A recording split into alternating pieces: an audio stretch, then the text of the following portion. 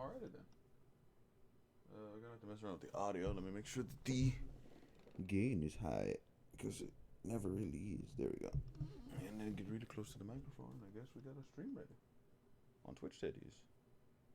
Does it look good? Does it sound bad? Who knows? Our team isn't here to help us out.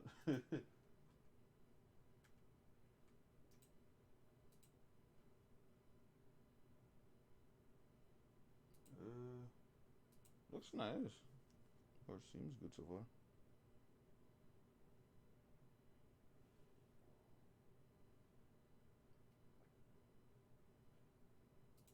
Let's just play the game and see how it runs. Hopefully the audio's fine. I really hope there's no audio issues.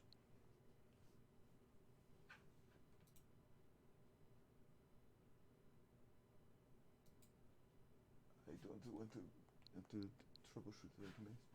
It sounds like everything's here.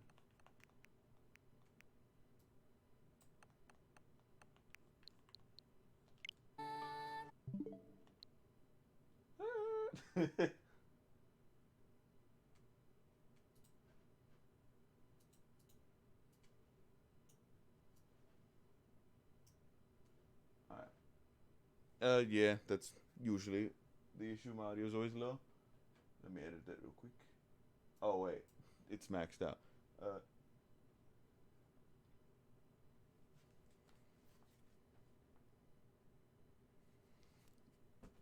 That's the problem. Need to get more comfortable.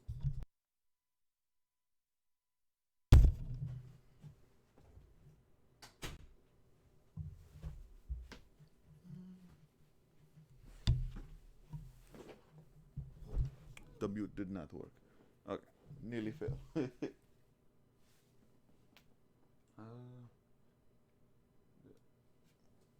Gotta be a way to up the volume. Just be ridiculous if this is the max volume.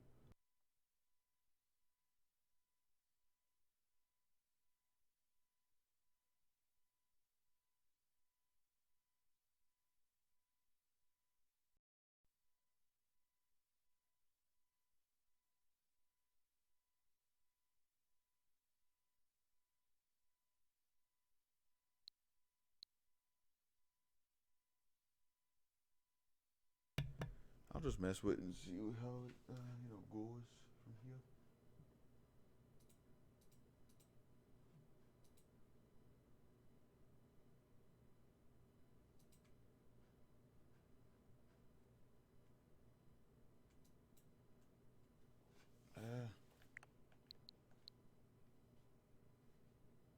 Low audio is always an issue on my streams. I mean, if I can't be heard through the, the game, just tell me.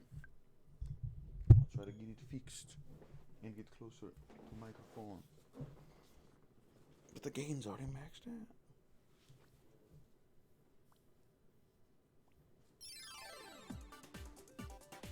Game Builder Garage. I can't do free programming until I do the tutorial. It's the second time I've been forced to do a tutorial. Ah. Grab the apple. Beat the jump, L the move. Okay. Yeah, a little bit. Wouldn't let me jump there for a second. What? What's with that weird look? Oh yeah, talking dot, kind of strange. You got it. I should introduce myself. You can call me Bob. Glad that's out of the way. All right, Bob. Let me just say, I understand your frustration. You can't finish the simple game, right? Yeah, I could. I was worried that my controller broke or something. You can't jump by pressing B, so you can't reach the apple. But there's a good reason for that. You see, the thing is, the game's unfinished. Oh yeah. The way it is now, you'll never beat the game, no matter how many times you try to jump. In situations like this, I like to say, don't get mad. Get programming, but I'm getting ahead of myself. We need to do a deep dive into this game to wrap things up. We need to peek behind the curtain, so to speak. So, why don't we do that right now? Oh. Could you press this? Plus. Oh. Good lord.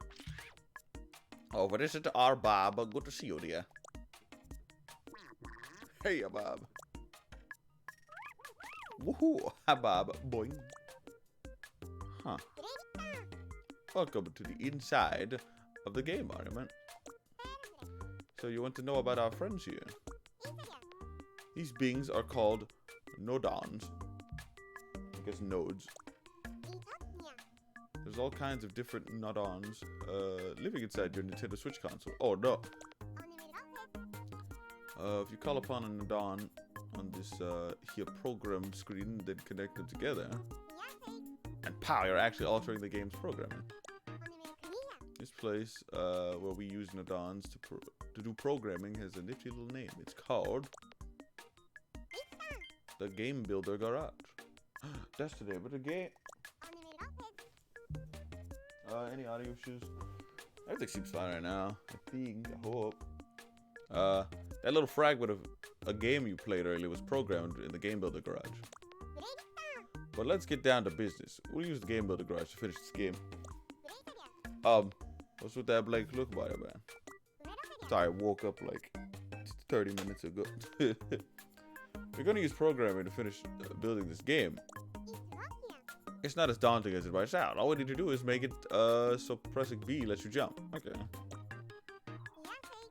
See the output port on this button node. I'm just gonna call him nodon. Just connect it to the jump port on the person node. Hey, I'm the button node.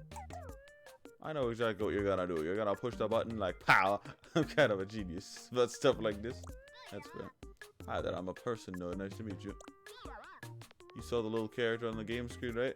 I put that character there and I help it move around. Now hold down A and move the cursor with L the way I show you. And we can make this connection. Okay. And presto, we made it so pressing B makes the character jump.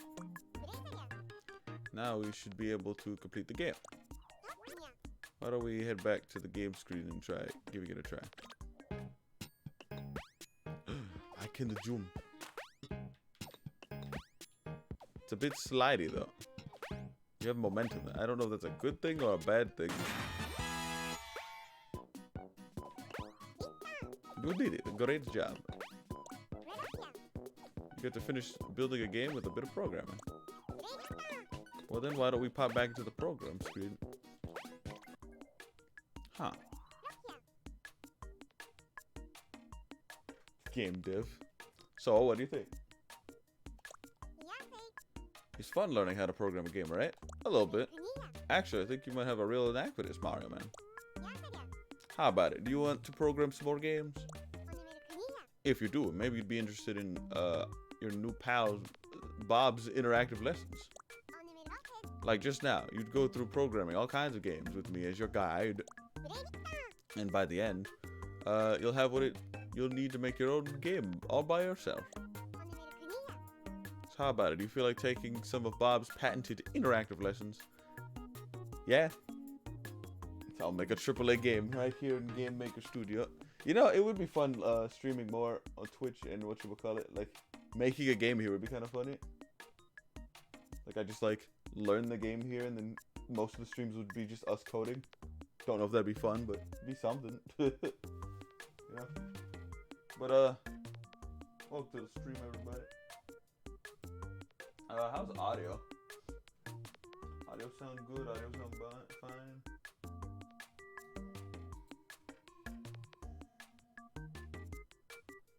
Audio sound bad?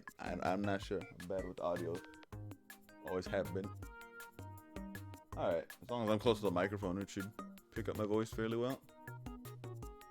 So far, the game's music is a freaking bop. But can I record? Okay, good. We gotta have clips. I also wanted to stream more on Twitch because, like, I don't know. I feel like I'd interact more. I'm doing pretty good. Gotta work in, like, 4 hours. But, I'll be fine. I just wanted to stream this because it came out last night. Or today, rather. So, I guess we could learn a bit more. Cause I don't know if this will be like a normal stream. I don't know. Definitely want to stream more. I don't care if it's like an hour or 2 hours, but definitely want to stream more. We won't get much done in an hour, but you know, that case, I've got an awesome bunch of games for you. Let's take a look. That spinning is somewhat anxiety-inducing, but also cool. Bye. The Switch. We'll be making 7 games in this interactive lessons. In the first lesson, we'll make Tag Showdown, which is just a simple game of tag. Next, we'll use some unique features on the Nintendo Switch console in On a Roll. Lesson 3 is an auto-scrolling blaster game, Alien Blaster. In the game for the 4th lesson, oh no, it's time to play Ring Fit Adventure, even though I haven't played it in like a month. For the 4th lesson, we'll run, jump, and punch our way to the goal in Risky Run. The 5th lesson is a game called Mystery Room. We'll be solving 3-dimensional puzzles. Huh. For the 6th lesson, we'll make a computer-controlled car to race against in White Knuckle Thrill Racer. And last but not least, in lesson 7, we'll make the 3D action game Super Person World. By learning to program games like the ones I just mentioned, you'll learn the skills to make your very own games. Okay, then I'll be waiting for you in the first lesson. Be sure to pay a visit. I've been ever knowledgeable, Bob. See you later. Huh. My man, hang on a sec. My name's Alice. So, not Bob. He's the excitable one you already met. I look similar, but I'm Alice. How do you know that? How do you do? Please don't forget or call me Bob or anything like that. So, Mario Man, you know how you got the game to work just now? Be honest. Don't you really get what made it work, right? Or I don't get. Yeah, I kind of didn't get. I mean, it's totally fine. You've just started with all this stuff. But you know, you're going to make your own game. You'll need to understand which mechanisms do what. That's why I've set up some checkpoints to help you. I'd like you to come to the checkpoint before lesson 1. I'll be waiting. Oh shit, there's lore? What? Streamed the last update for Rise. It was pretty fun. I liked all the monsters that came out. It was pretty nice.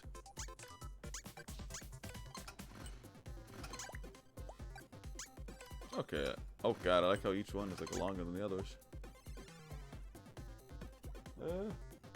I think we'll try to, the next few streams, if we do more of this, it's gonna be learning all the games like coding or like, you know, we're gonna do the tutorials and then eventually we'll try to make our own game. We'll try to use like, you know, chat to help us. If chat wants to help, you know, make a game. I think I had an idea box somewhere around here. I added it recently. It may not have enabled, I don't know. Valstrax was a really good fight. It was just an enhancement to the old one.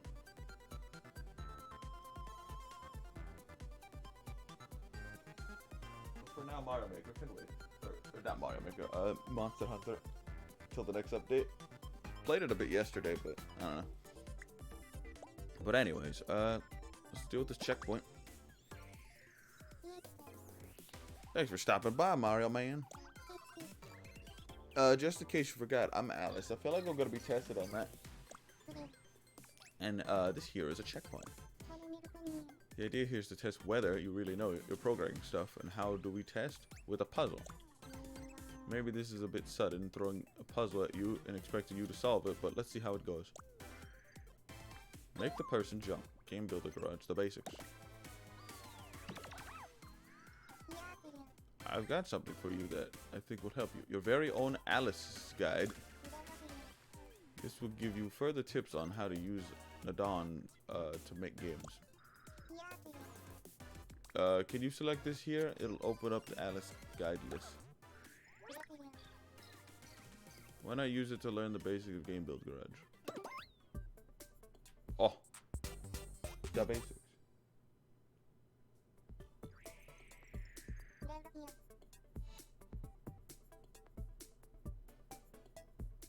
I can't wait for Alice and Bob merchandise. Literally circles. I get a blue cotton ball. Holy crap, guys! We got the Bob merch already. Let's go. Anyways, okay, lend me your ear and I'll give you the basics of Game Builder Garage. I mean, so far the game's been very, like, nice. Very interesting. The screen you're looking at now is called the game screen. Log. Oh, okay, I can read everything. That's neat. The controles. Huh. Canvas shortcuts on. Invert canvas movement. Invert canvas zoom. And Nodonpedia.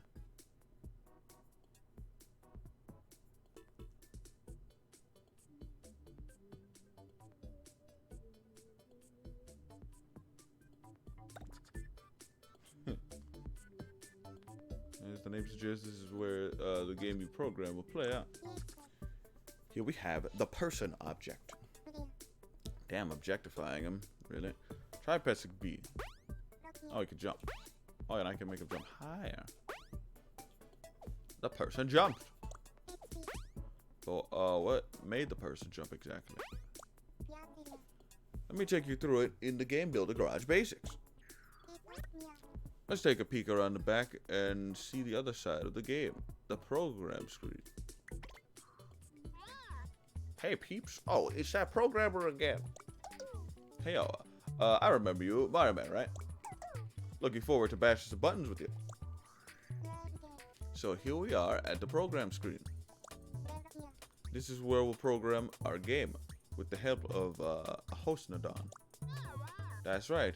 When it comes to programming, we're here to help peeps. Each node has its own special function with the setup. Watching out for when a button gets pressed, button nodes have that covered. And as for us person Nodon, I'm the one that puts the person out there on the game screen. That's right, the person that you saw back there was the person Nodon's doing. It's nice when people acknowledge my work. We're gonna be getting a lot of use out of him, I suppose. What studio made this game? Don't know. I might have showed up at the whatchamacallit. The beginning. Possibly. Take note of the position of the person node on the program screen here.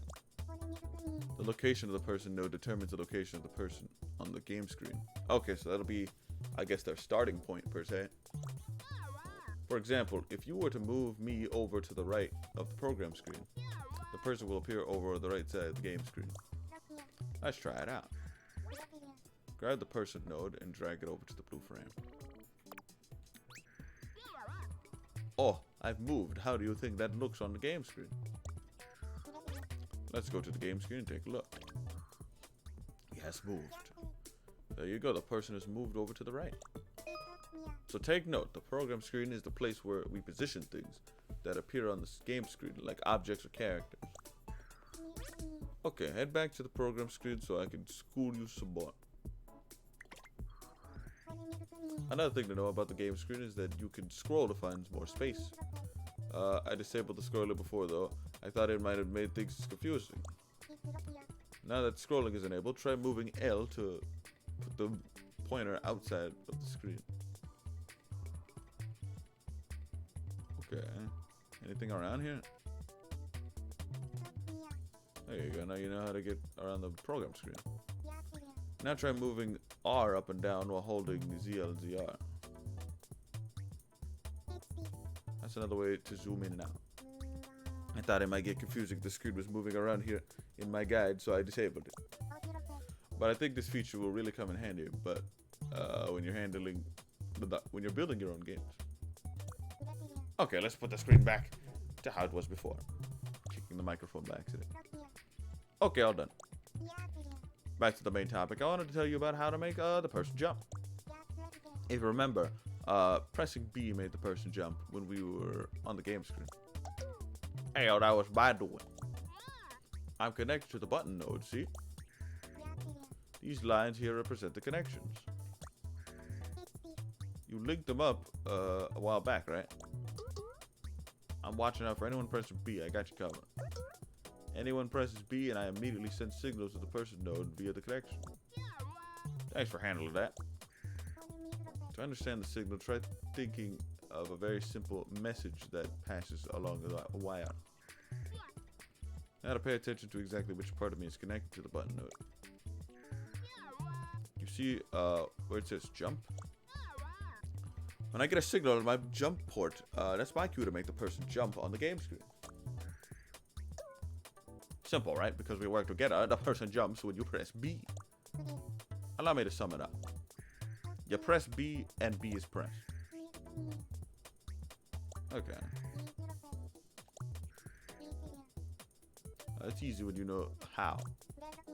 Remove the connection between the node and see what happens. How I do that? Select the connection. And touch this icon to make it disappear. X. Okay, let's go to the game screen and see what changed. Press B. Nothing. The person didn't jump. Because we erased the connection between the node, pressing B no longer causes the person to jump. Go back to the program screen. Yeah, no connection, no jumping. That's how it works. That's right. If there's no connection, then the signal won't reach the person node when B is pressed. That's why the person didn't jump when you pressed B. Could you reconnect the button node to the person node, please? Oh, there it is. I'm getting a signal from the button node again. Connecting the Dawn together is one of the most important parts of the game builder garage. Don't forget it. In fact, I'd say it's the most fundamental aspect of working with a Dawn, so remember that. Okay, let's check it out on the game screen. Over on the other side, Nadon are toiling away to make the program work. Once you understand how things work in the background, you really start to look at them differently, huh? That's what makes programming fun. Yeah, this is really just Nintendo's version of Dreams. That emote, Miki. It bugged out on my side. Character shrug, female symbol. Yeah, Dreams was just like a thing on the PS4 that was like, oh, you can just make your own games, and it's just like, you can like share them and they get sent to people randomly and whatnot. Pretty much this, but Nintendo's take on it.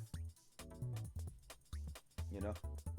Anywho, you'll be seeing a lot of us if you're going to be building games. Yeah, I can hardly contain myself. We'll be looking forward to it. And that's the checkpoint done, I guess. Did you get the hang of Game Builder Garage Basics? And could you press B to close the Alice guide list? Now I'm going to test your knowledge of the basics of the puzzle challenge. Go here to try your hand at a puzzle challenge. I hope there's advanced ones. This is pretty neat so far. Make the person jump. Welcome to the puzzles. Here, well, I'll be putting you through your paces with some puzzles to make sure you've grasped the basics of Game Builder Garage. I didn't grab any water. I think I did, but I didn't go bring it into the room. To clear the puzzle, you need to make the person collect the apple. Oh no, it's across the room, my bad. How are you gonna get it? I wonder. Oh, as things are, there's nothing you can do to make the person move. You need to make a change if you want to get that apple. In fact, you'll need to do some programming all by yourself. Okay, go to the program screen. Let me do it. Oh, keep in mind, you can't just edit whatever you feel like in the puzzles. What? The only way you're permitted to solve this particular problem is by connecting the button nodes. Oh, okay, that's fair. I was planning on that. So how do you think you can help the person get the apple? You think you've made the necessary change? Head over the game screen and test it out. If it doesn't work, just head back to the program screen and try again. Okay, give it your best shot. So I make him jump pretty much. And there's the apple. Make the apple lower, duh. Wait, can I?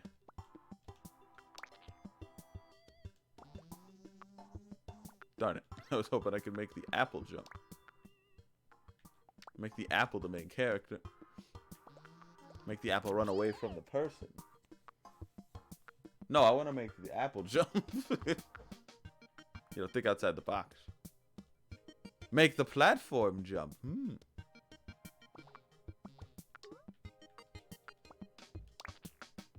Make the platform jump. God dang.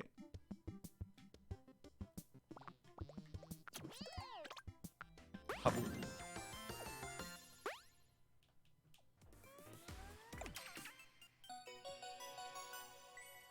All clear.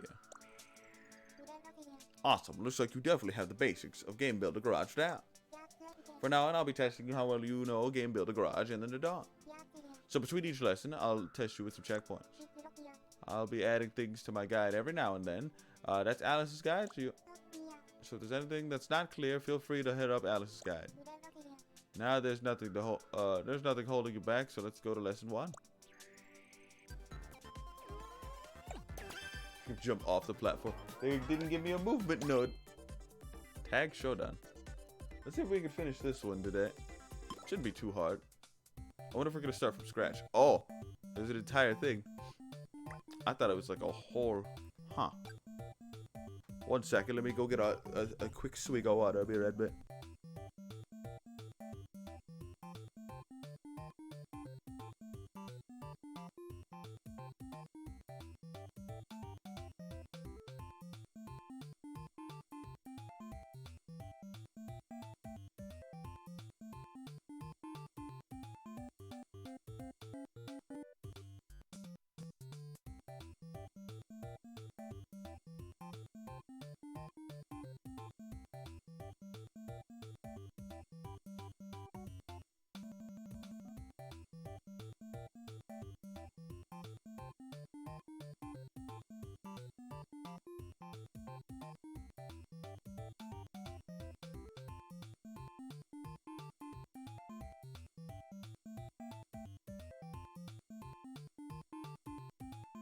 Yeah, I think this is a pretty neat game so far. We'll try to do all the tutorials, that way we can say we actually do them, so when we actually make a game and then, you know, suck ass at it, we're gonna be like, well, at least I did the tutorial. I was thinking of doing it off stream, but like, I think that would just kill the fun out of the game. That way we can all learn how to play this game, you know, that way y'all can skip the tutorial and y'all can just make the game. I don't know. Let's get rid of the BRB screen.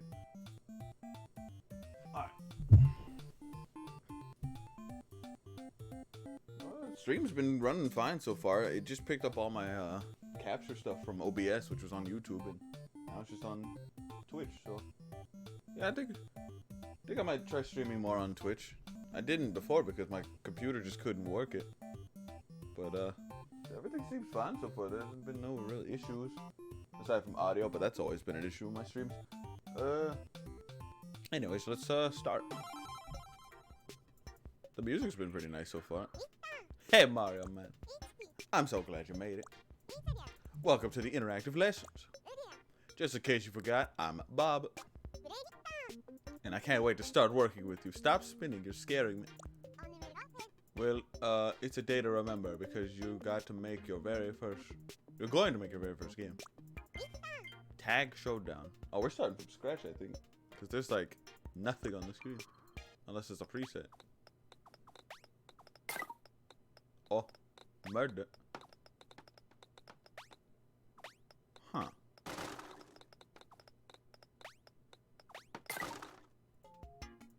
Alright. In this game, a tagger will chase after a runner while dodging a torrent of rolling balls.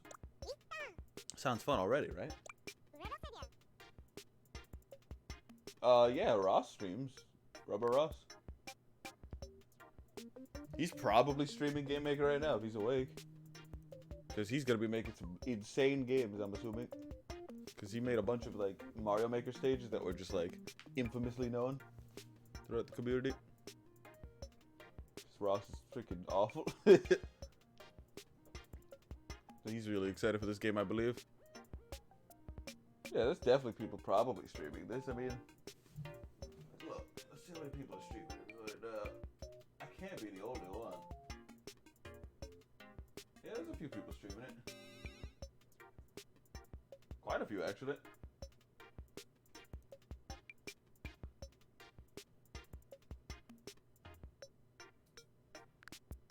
anyways, that just means we're doing the right thing. We're gonna learn the tutorial and then we're gonna make the game. But the real question is, what game are we making? We'll get to that road when we get to it. For right now, I'm just trying to learn the tutorial.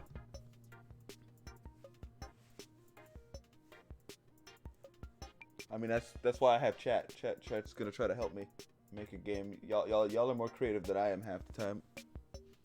So like, you know, what I'm saying is help. Anyways, and this thrilling game will be played out right here on the game screen. Of course, you can't play anything just yet. There's no game. I mean, you haven't even programmed the game yet. For now, the programming you do on the program screen will be reflected right here on the game screen. Without further ado, let's head over to the program screen and start programming our game. Let's go. Press this button. We did it. We made the game. Welcome to the program screen. This is where you call up upon nodes and program your game. First, let's get our player character up and running. For that, we'll need to call a person node. Select objects. Music's very nice in this so far. Then characters. Also, it's person, car, and UFO. Finally, select person. Hey peeps, I'm the person node. Person node on. Nice to see you, Mario Man. Now the programming starts. Yeah, great stuff. Time for me to step into the limelight, peeps. Okay, so what happened after we placed the person node on? Let's take a look at the game screen to find out. It him, boys. Here's our person, our blank empty game screen. On our blank empty game screen. Putting the person node on the program screen makes the person appear on the game screen. Clear enough, right? Yeah. Next up, we want to be able to control our player character using the controller. Try moving the person with L now. Does it do anything? No. As you can see, the person isn't moving at all. This is where the programming comes in. Let's get our player character mobile. We can take care of that now. Let's arrange our buddy here to move with L. If we want to move the player with L, then we'll need to call on the stick node. Go to input. Middle. Add a stick movement. L. Left and right. Boing. You're Mario Man, right? I bet you can't wait to move that controller stick around. We need to link up the stick node output port with the left right port with person node. Hey, Sticky, time to do what you do best. Sending over the output from the control stick. Okay, let's see what happens over on the game screen. He's gone. Basically, our player character is moving with L. Bravo. Now, with that covered, we can move on to something else. Would it be good if the person could jump when the button is pressed? Let's get jumping with V. First, move to the stick node over to the blue frame. Oh, why is that? Then select input. Then next button press. Then finally select B. Yo.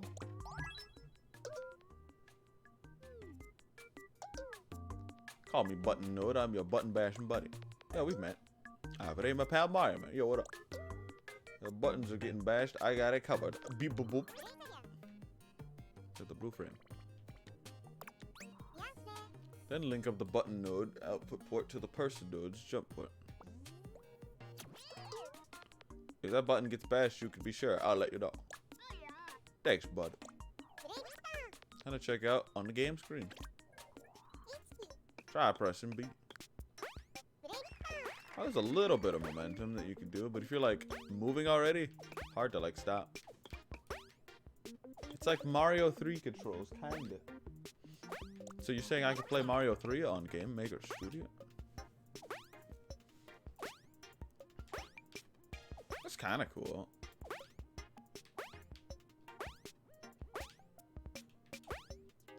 When you're done testing that out, head back over to the programming school. Okay, guess what? You cleared step 1. Huh. In this step, we made it possible to move the person with the controller. In the next step, we'll get ready to build the level of our game of tag. I don't mind saying I'm pretty excited about that. See you in the next step. Alright.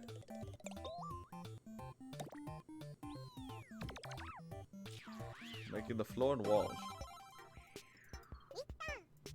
Welcome again. Let's get right back to the game of tag.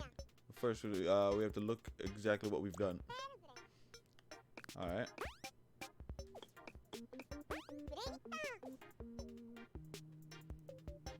We can now move the player with the controller.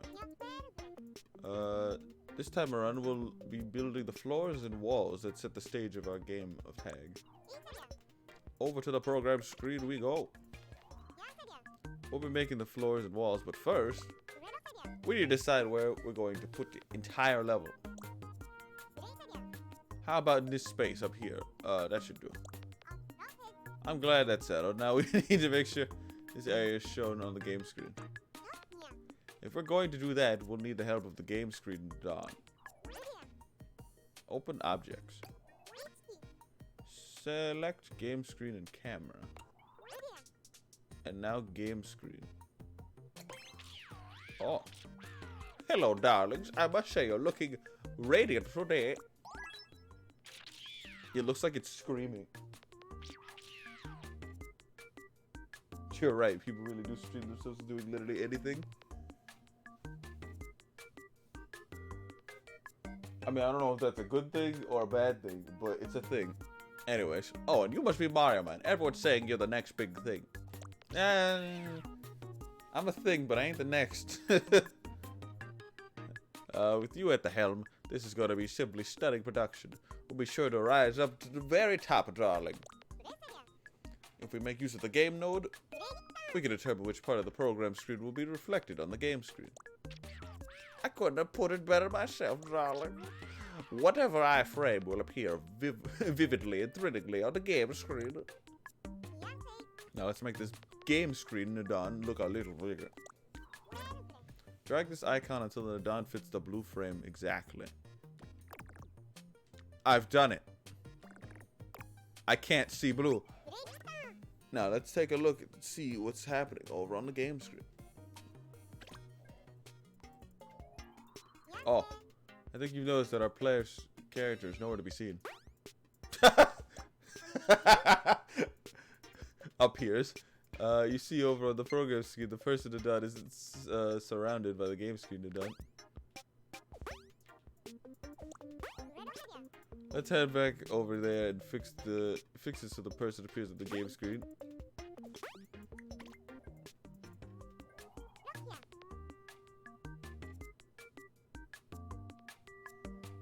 Yeah. But in order to have a chatting stream, you need people to chat with. And I usually don't have a lot of people in my streams. I mean, I might have more people now that I'm on Twitch, but like, I don't know. I did kind of lose a small amount of my YouTube viewers, because a lot of them didn't really use Twitch, but maybe they'll convert. Who knows? I don't think it's too bad, but I don't know. Twitch seems good.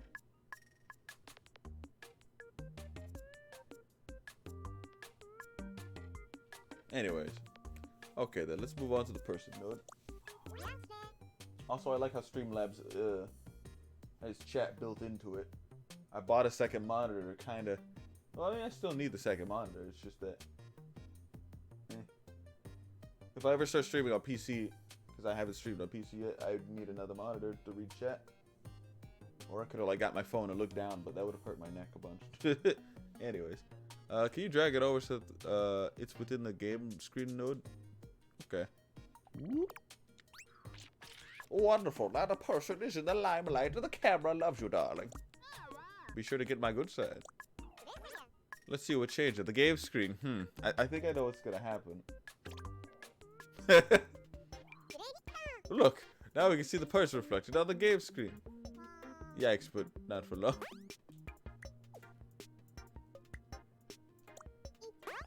But anyhow, now we know whatever is surrounded by the game screen done on the program screen will be reflected on the game screen, just like you saw.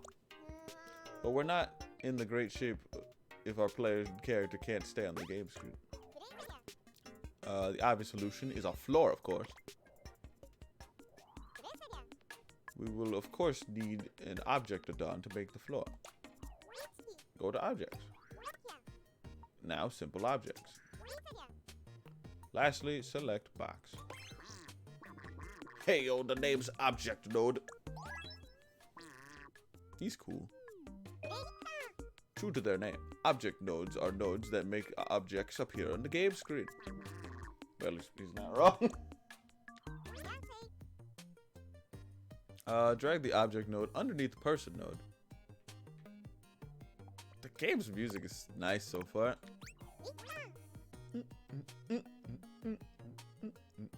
Hey, hey, hey. Let's go. Oh. Whoa, did you see that? I didn't. Oh, sorry. I should have mentioned with nothing to keep them up. Objects just drop right out of the screen. Oh. Let's head back to the program screen and fix that so the object doesn't fall out. Yeah, I'm actually curious how that works. First, select the object node. Open the settings screen with this icon. The settings screen is where you can make all kinds of changes to the add-on. Oh. We'll need to adjust the properties settings to fix it so the object doesn't fall anymore. Now disable the option movable, destructible, and destructive. If that's done, we can close the settings screen and head over to the game screen. Perfect, the object is staying where it should. The person isn't falling out of screen either. That's what you think. Though I'm not sure that floor is big enough, I bet the person feels a little uneasy there. Let's head to the program screen so that we can adjust the size. Select the option node. Okay. Then drag the icon so that the same size and shape, so the same size and shape as the blue frame.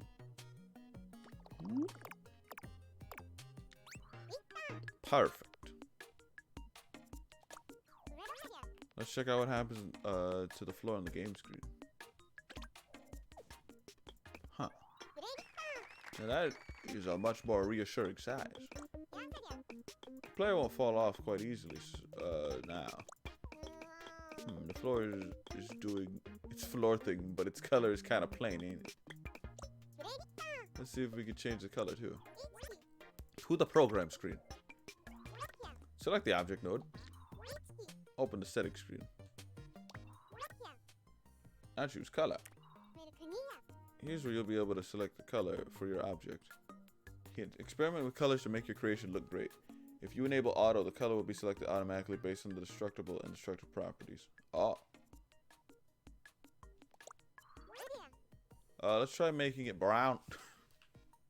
Brown brush and Minecraft. Now close the gate. What? Oh.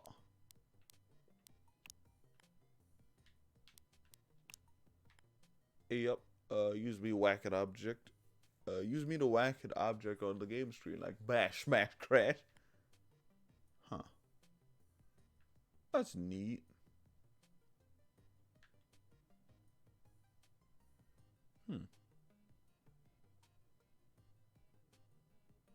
Connecting it to the upper connection port of another node to link them.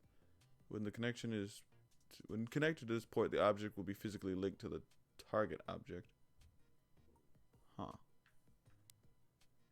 There's a lot to this game. Neat.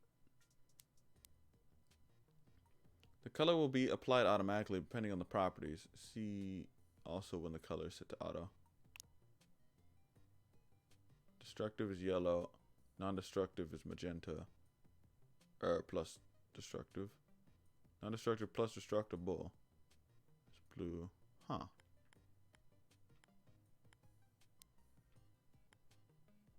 There's a lot to this game. Huh. Bit more than I thought. Good job. Head over to the game screen. It looks nice. Yo, we can play Minecraft.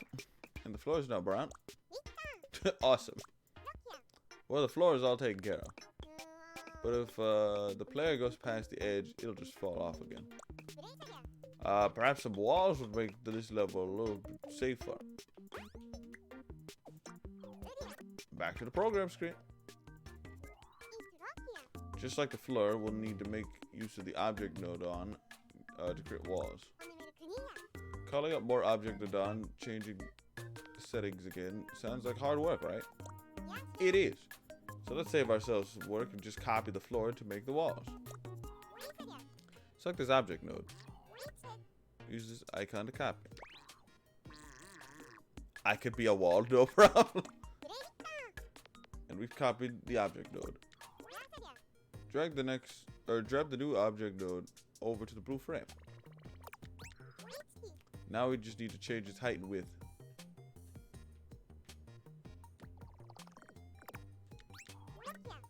Now make a copy of the dawn. And drag it over to the right edge. Ta-da! And the walls are complete. We could try something simple like Pong. You know? And then just like, I think like a 3D map or like a 2D side scroller would be kind of cool, or something out of the box. I don't know. If y'all got any ideas, y'all can spit them out later on, whenever we get to the, you know, game making of our own. For now, we're just gonna do the tutorial, just have a good time chatting with y'all. How's y'all's morning, afternoon been? I work at a few, but I wanted to make a video game. So far, this game's really fun. What do y'all think? Behold, some nice, safe brown walls. No need to worry about our player falling into the abyss now. Let's head back to the program screen. Okay, let's see. Yes. I hereby declare step 2 complete. Good job, darling. Well done. Yep, good for you. Great work. In this step, we added a floor and some walls.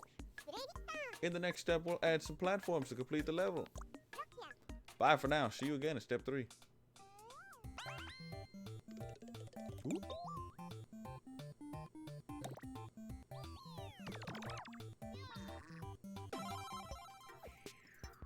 Oh yeah. I hope you can like play these with friends and stuff. Like, I don't think you can play them online, but locally I know you can, I believe. This seems really cool. Ah, there you are. Okay, time to continue programming our game of tag.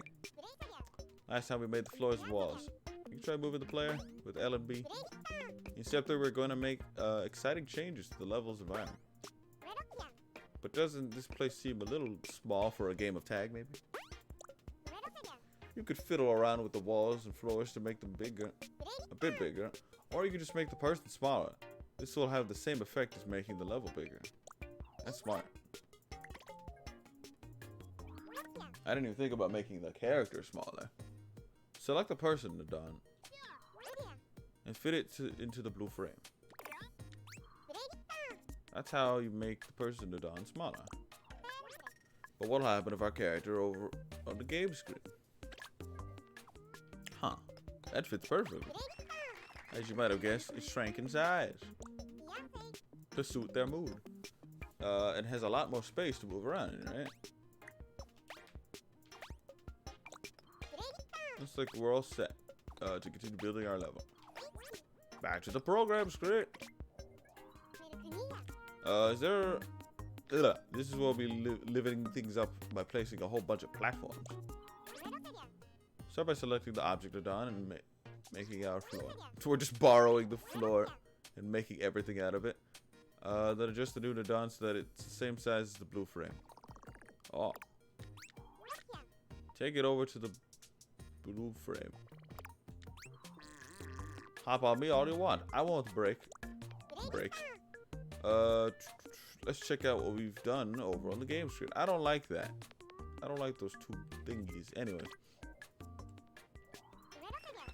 Alright, now we got a nice platform right in the middle of our level. Yo, we playing Smash? Playing Smash Bros? Super Smash Bros? And we're going to make a whole bunch more, just like this one. Let's head back to the program screen. I think you're ready to make a sloping platform. I thought it said slopping. Slopping platform. Start by select the object node. Make a copy. Move it over yonder. Need to make it a little bit smaller. Lastly, rotate it so that it's on an angle. Grab it with this handle, then turn it a little so that it fits inside the blueprint. Oh wow, I've gone all sidely wise. Cool. Let's make another one just like that, but over on the opposite side.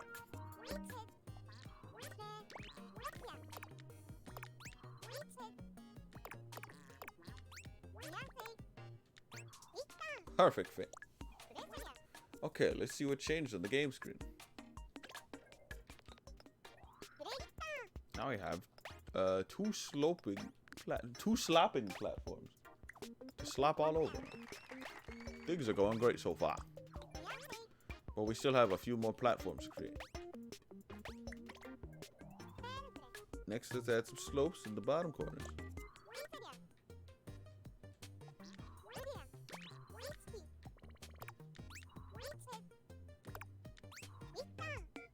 Huh.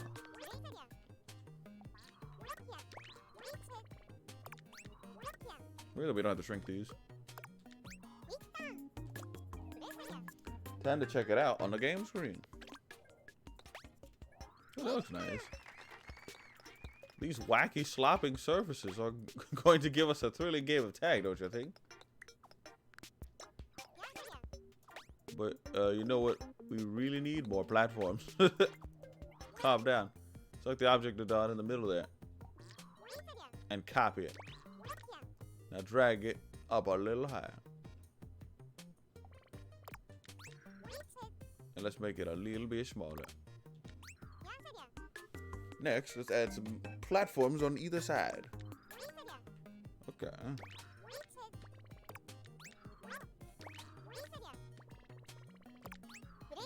Okay, I think we got enough platforms now. Okay, let's see how things look on the game screen. Wow. It's looking pretty great. Wait, did I just coyote jump? What? You can coyote jump in this? Wait, you double jump? You just double jump. Oh, wait, no. Huh. That might be important to learn. I can make a Donkey Kong level out of this mess. Hold on. I can almost make that jump. Ah, like just barely. Huh. Go ahead and move around a little bit with L and B. I already have. Just think of all the action-packed plus pounding or pulse pounding games of tag in store for you. I can hardly wait. And with that,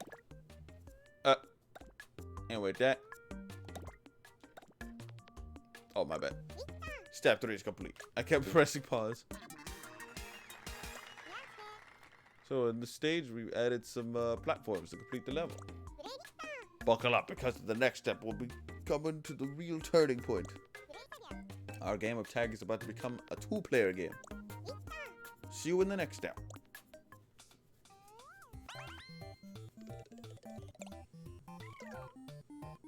Huh. Making the tagger. Huh.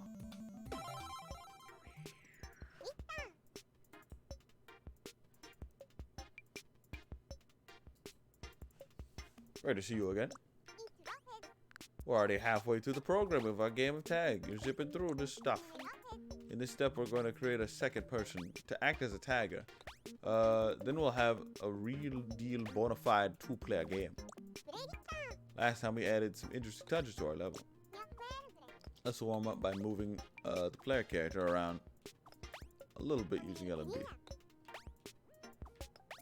Imagine what it'll be like if there's a tagger chasing the player. It gets chills, or I get the chills. Let's go over to create a tagger over on the program screen.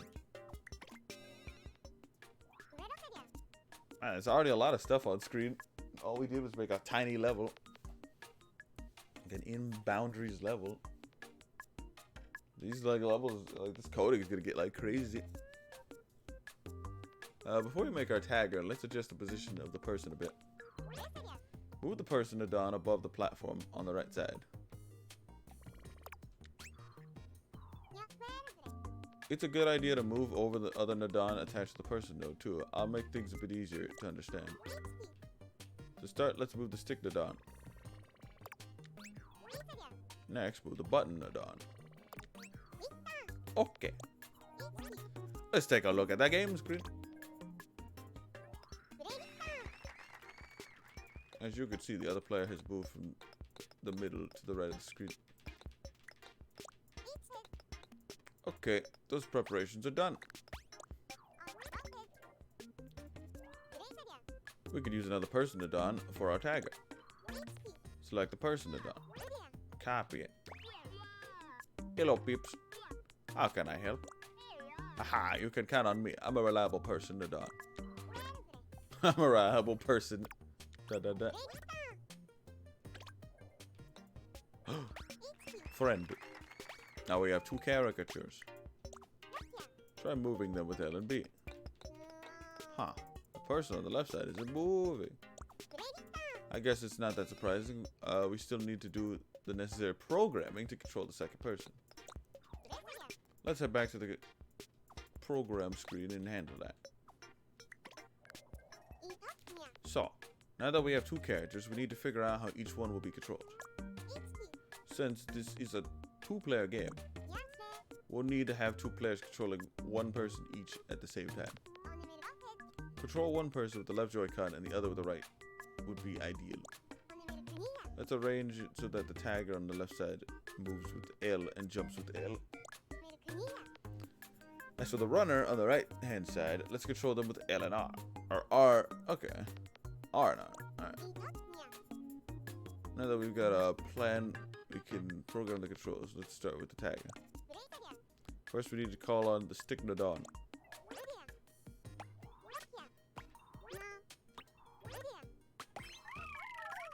Huh. Drag him over yonder. And link him to the other person Nadon. Good to be collaborating with you, Sticky. Alright.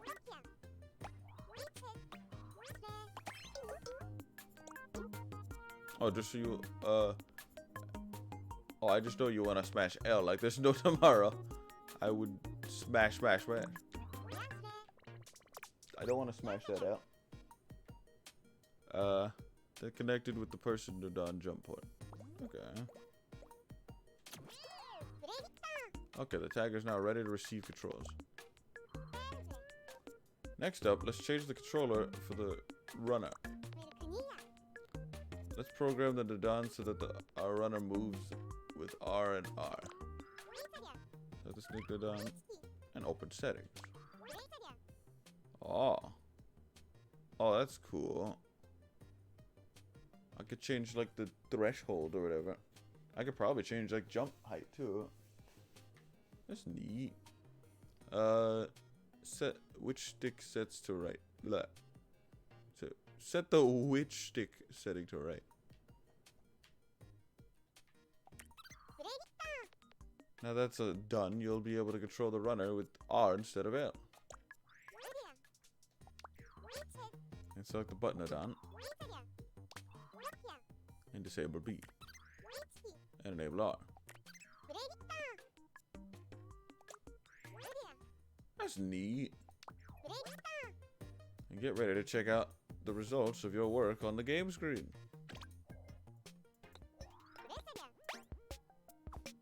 Let's check the tagger's controls first. Try moving the tagger with L. L and L. Excellent. It's an entirely new game.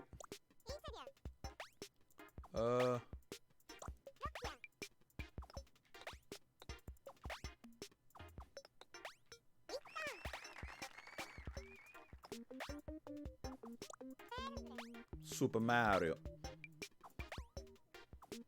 But how did I do that? Oh, I can't do it anymore. He's in like the background now.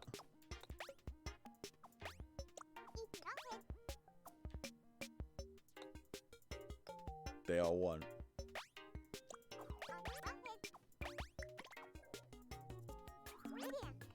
Select the tagger person to Don. Open up the screen setting. Change the color to red. Let's make the tagger a nice and dangerous red. Close the setting screen. Select the runner's person to Don. Open the settings screen. Change the color. Let's make the runner a lovely, tranquil, light blue. Close the settings screen. Okay, let's head to the game screen.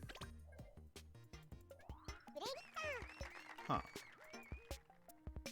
Both of the person's characters changed. Now we can easily tell the tagger and the runner apart. That's great. Can we make it even better? It's a game of tag, so we should make it so that something happens when the tagger catches the runner. Try running the tagger into the runner and see what happens. Use L and L. Nothing happened. They did kind of like push each other though. That was kind of neat. But that's understandable. If we want to make something happen, we'll need to do some programming first, right? Right. Let's make it so that the runner is destroyed when they collide with the tagger. First, select the tagger's person in the Don and open up the settings screen. Enable destructive under properties. Close the settings screen.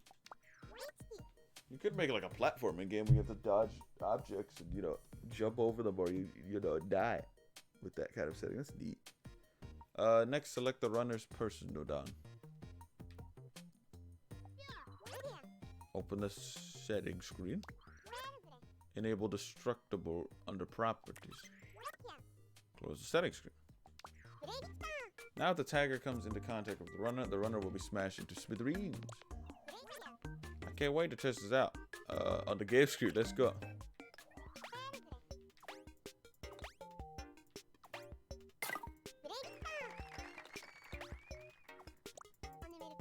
If the runner breaks, that means the tagger caught the runner. In other words, the tagger won.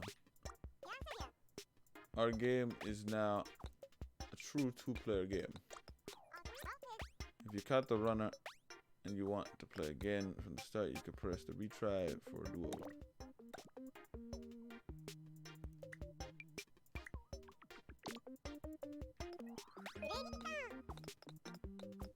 Huh.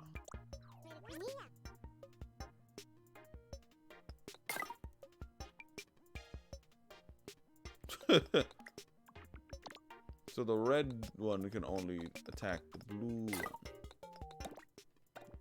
What happens if the blue one jumps on the red one?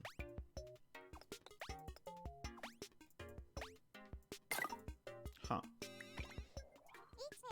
Okay, everything seems to be in order. Step 4 is clear.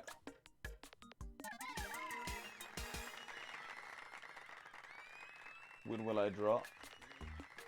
Who says I draw? In this step, we made a tagger turn our game of tag into an honest to goodness two-player game. Step by step, our game is coming into focus. Pretty exciting, eh? But it seems a little bit one-sided at the moment. Don't you think the tagger kind of has an advantage? So in the next step, we'll be adding in a feature to even up the odds a bit. See you at the next step. Huh. That last part kind of went over my head.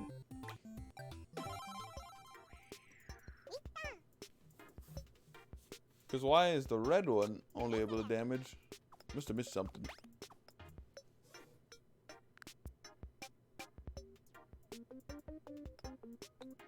When will I release DLC fighters? With Sakurai says I have the okay. We're about to begin the second half of lesson 1. Let's summarize what we've done so far. We made it so that the runner can be moved with R and R. Try it out. Similarly, we made it so that the tagger could move with L and L. Try moving the target into the runner. Murder. Miki, you love this. Violet. Violet's in the video game. It is now a good game. As you just saw, we also made it so that the runner breaks up when you get colliding with the tagger. That's already enough for a game of tag. But it seems like the tagger is a little too OP, doesn't it? Right now, there's no way for the tagger to lose. That's not really fair. How about if we make things more interesting by adding some rolling balls to the level? And what if the balls can destroy both of the runners and taggers? Our game of tag is about to reach a whole new level of excitement. A whole set of thrills. Let's head over to the program screen to get started. So first, the rolling balls. We'll need to add a new type of Nadon. A launch object Nadon. Select objects. Launch, destroy, attract. Launch objects. Then set 10. Grah! Who's calling me? Launch object Nadon. You need me to throw things? Is that what you want? You want me to help you build your game? Is that it? Wait, you're the game programmer, aren't you? Why did you say so? Of course I'll help. I love making stuff. Just tell me what you want. I like this guy. Introducing the launch object Nadon. He's full of hot air. An object. Okay, let's get serious and drag our launch object Nadon to the upper part of the level. Okay.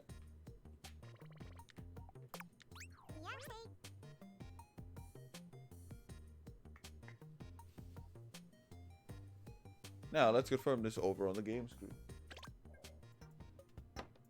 Oh, what the? Look, a shower of spheres. A blizzard of balls.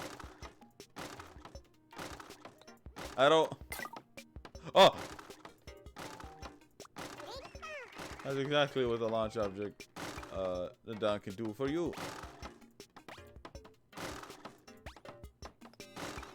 But the balls might be a bit too big, no? We're playing Pac-Man. We could do something about that on the program screen. Or you could probably make a game where you like collect whatchamacallit, like points or whatever, and that could probably be a way to count or something. That's kind of neat. Trash. Yeah, Grouch the Oscar. Set the launch object or select it. Shrink it a little so that it fits the blue frame. Be tiny. Okay. Let's take a quick peek at how this works, or how this will work. There you go, the balls are smaller. However, I think we could have them tumbling around this level in an even more exciting way. Let's put an extra platform above our runner and tagger. Okay, to the program screen. Oh, first select the object Nadon. Copy it. Take the copied object Nadon and move it to the upper right. Rotate. Yes, brilliant. We'll need one over on the left side too, so let's handle that now.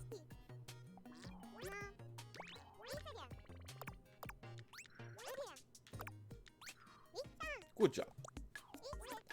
Let's check the game screen.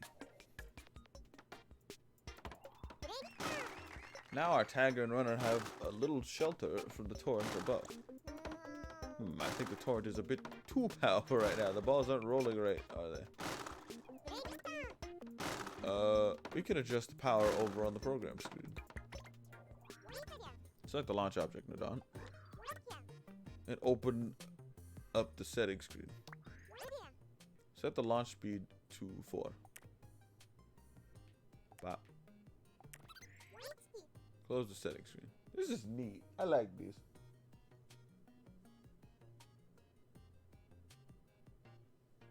Yeah.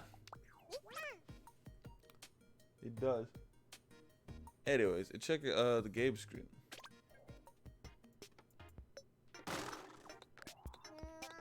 Much better. We've tamed the torrent now. Let's see how each ball breaks when it hits the next one. It looks like we'll need to make the invertal between the word between each ball launch a bit longer, right? And travel.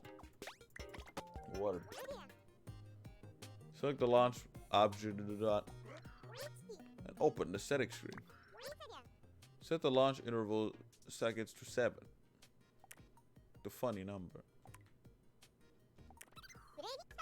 Now the interval between each interval. My bad. The interval between each ball launch will be extended to 7 seconds. Close the settings screen. Oh, why is it going so slow? Oh, on D-pad it goes like snail's pace. See what changed. Since we extended the launch interval, we'll have to wait just a sec. Oh, there we go. With that fixed, we got the ball rolling the way we want them to. I bet you're thinking, we need some rolling balls over on the other side now, am I right? I think you read my mind. Let's take care of that on the program screen. Select the launch option, Nodon. And copy. Huh? I'm needed again. I'm raring to go. I gotcha. Blamo. Place a new launch object down on the over on the left side. Time to set it so that the balls come out on the left side. Open the settings screen. Now select the launch direction. Then select X negative. Close the settings screen. Time to check out all the game screen.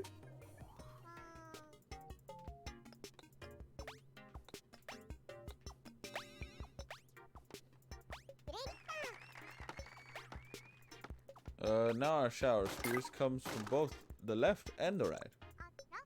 So our rolling balls are complete and will have them breaking on impact just like they should.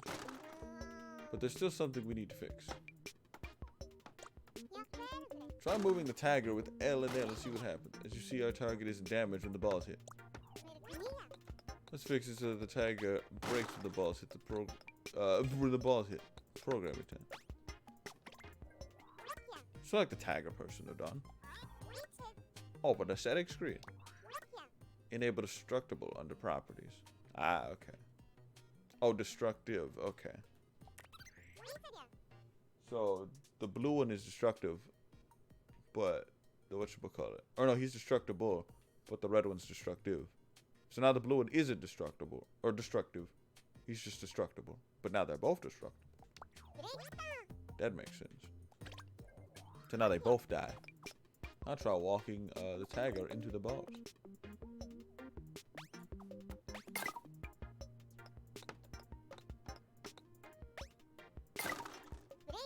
Now the tagger breaks when the ball is hit. Great. Imagine the tagger pursuing the runner through a hail of tumbling balls. The drama. The terror. We've got the makings of a truly thrilling contest. When you're done checking it out, I'll return to the program screen. And let's see. Step 5 is clear.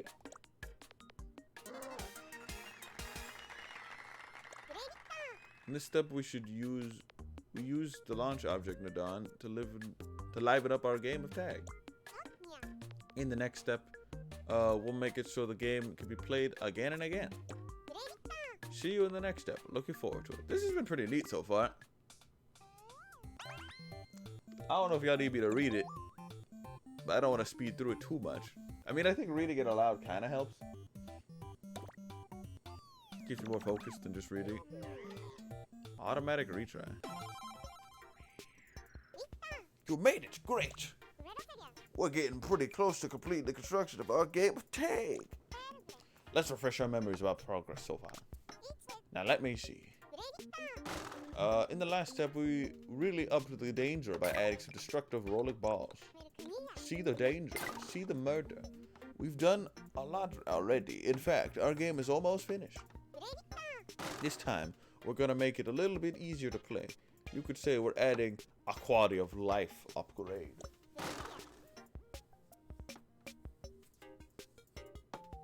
Yeah, a lot of people say my voice sounds good on recording. The tag or the runner breaks. Or now if the tag or the runner breaks, the player needs to press the retry button themselves to play again.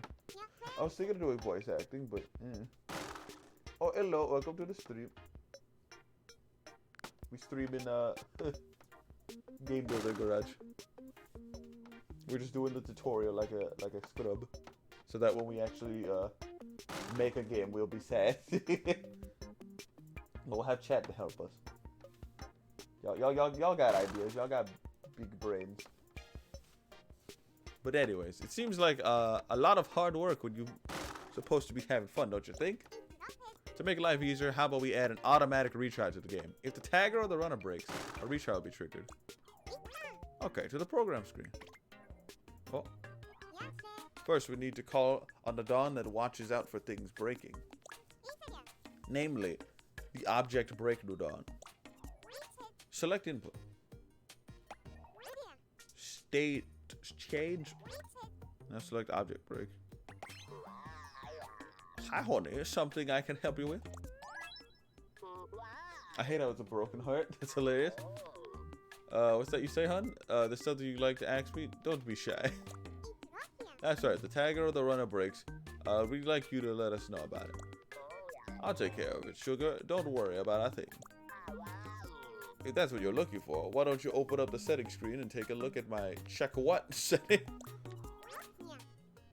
Let's try that. Open up the object break Nadon's settings screen. Huh. Then open up check what, like the Nadon said. The screen is where you can select which breakages the object break Nadon watches out for. Disable box, cylinder, and sphere. Then enable person. Now close the screen. Then close the settings screen.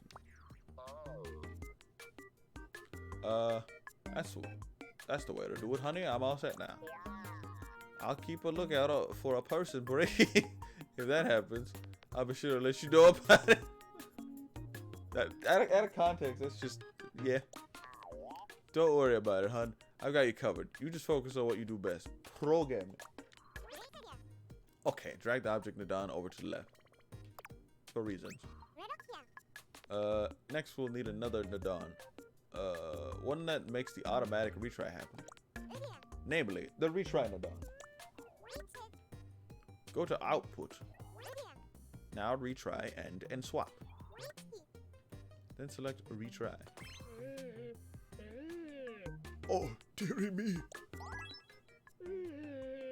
I love him. Oh, if only I had my time to do over again. Oh, hey, old timer, what's up? It was only yesterday. My backside was itchy and I thought I was on my own, so I gave it a good scratch. But when I turned around, all the other Nodons were there looking at me. Oh, I wish I had a do-over for that. Oof, awkward. Let's put our friend over on the right. My man had a scratch. He needed itch. So embarrassing about that. They work hard. Okay. Now the game will reset every time a character is destroyed. Ah, that's neat. I like this. This game's fun. Now let's select it. Oh, now let's check it. So now when we die, we'll be reborn. Oh, but it resets the entire thing. Okay. Yeah. A little bit. How about we slow it down a bit? To the progress screen, let's extend the interval to give players a moment to catch their breath. First, select the connection between the retry nodon and the object break nodon. Press the cross underneath to delete the connection. And here's where we'll call up a timer nodon. Oh. Select. Oh, that's what the middle button's for. Huh. Tisk tisk.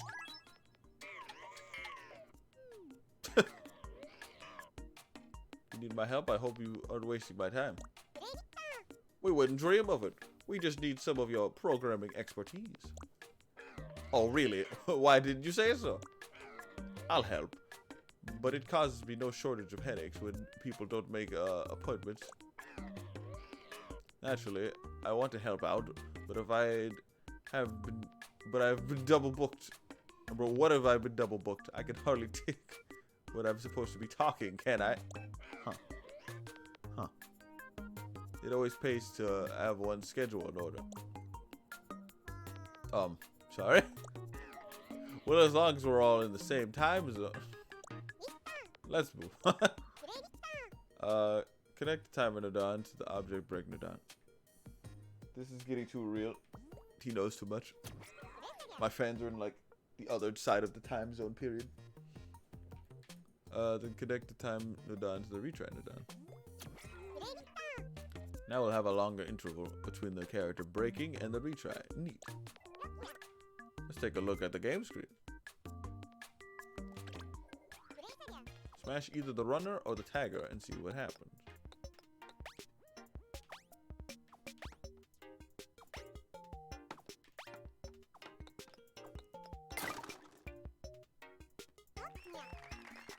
There's a longer interval between the breakage and retry now. See? Yeah, a little bit. Now players will have a little breathing room between matches. If you're done checking that out, let's head back to the program. Okay, so. Step 6 is complete. Oh, we're almost done. Timely executed. A timely execution. Huh? The next step will be the final one, and our game of tag will be completed last. In the final step, I'll show you how to add some Mario Man magic to your game. Yo, we need that. See you in the last step. And don't be a stranger. Y'all been wondering what Alice has been doing? Like, I've just been like, she showed up for like 1 second. Oh god, everyone's here.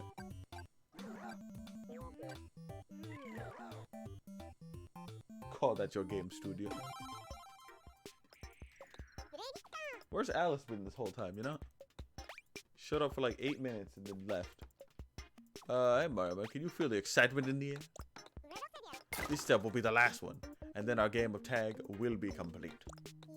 But first, let's recap everything we've done so far. We fixed it so that the runner controlled with R and R, likewise. The tagger is controlled with L and L.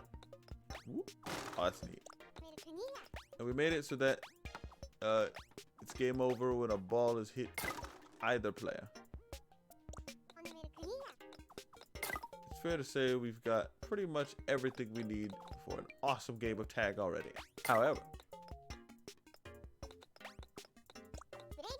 the final touch is still lacking, and that's a sprinkling of color from your very own hand, Mario. Okay, to the program screen. What does that mean? So next, we'll harness your inspiration and creativity to change the color of the level. Are you ready for that, Mario Man? I guess.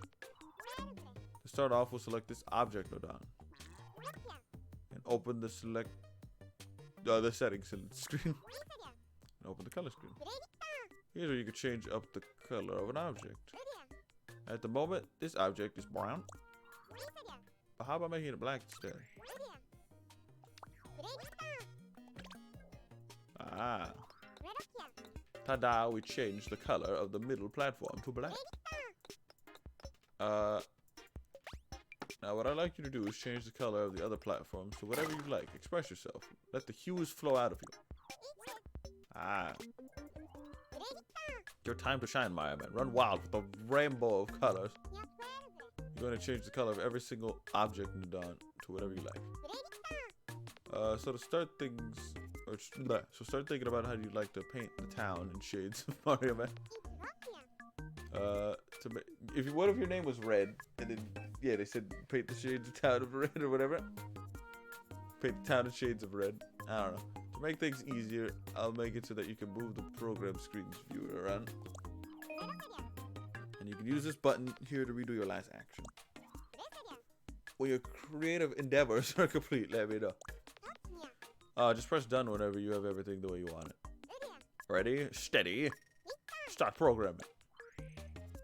Oh, I can just do things now. Oh, the music. We'll just color it up a bit, you know, make it nice and ugly. I'm really good at doing that. Have you seen my character, Monster Hunter? Good lord. It's like a rainbow vomit on him.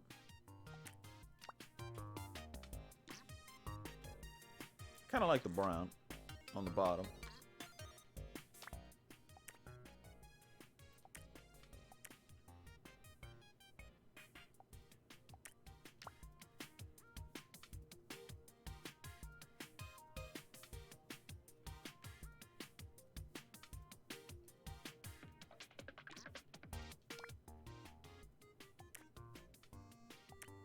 Let's just have every color here.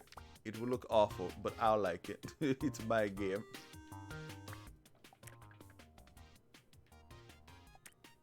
See how it looks so far. Oh, I love it. I should change the platforms to whatever color they are. So this is blue,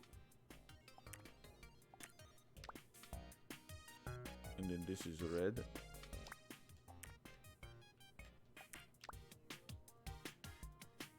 And then, oh, perfect. Perfect. And then the balls will eventually appear.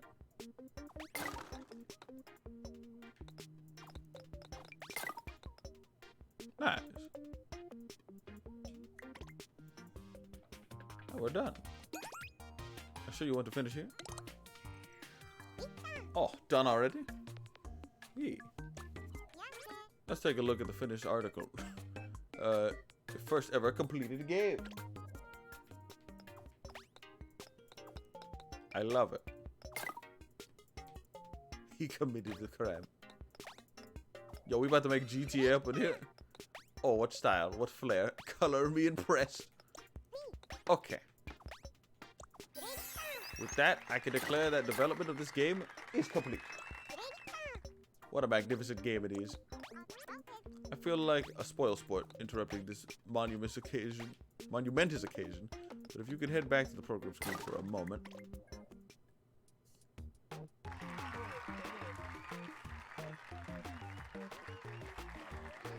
Oh, that's adorable. They all like congratulate you.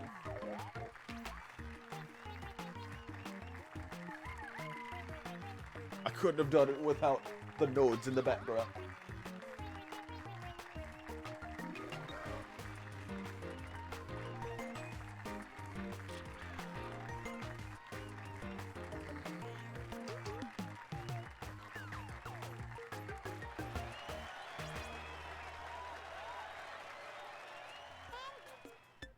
That was neat.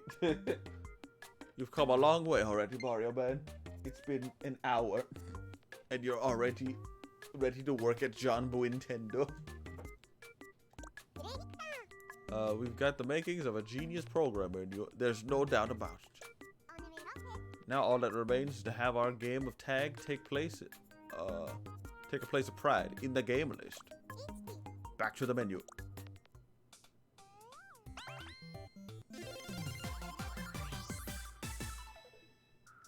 Huh. Congratulations on going gold with Tag Showdown. When a game is finally finished, we say it's gone gold. It really gives you that feeling of accomplishment and completion. Going gold for the first time is a monumentous occasion. Let's keep it for prosperity. Oh, wait, no.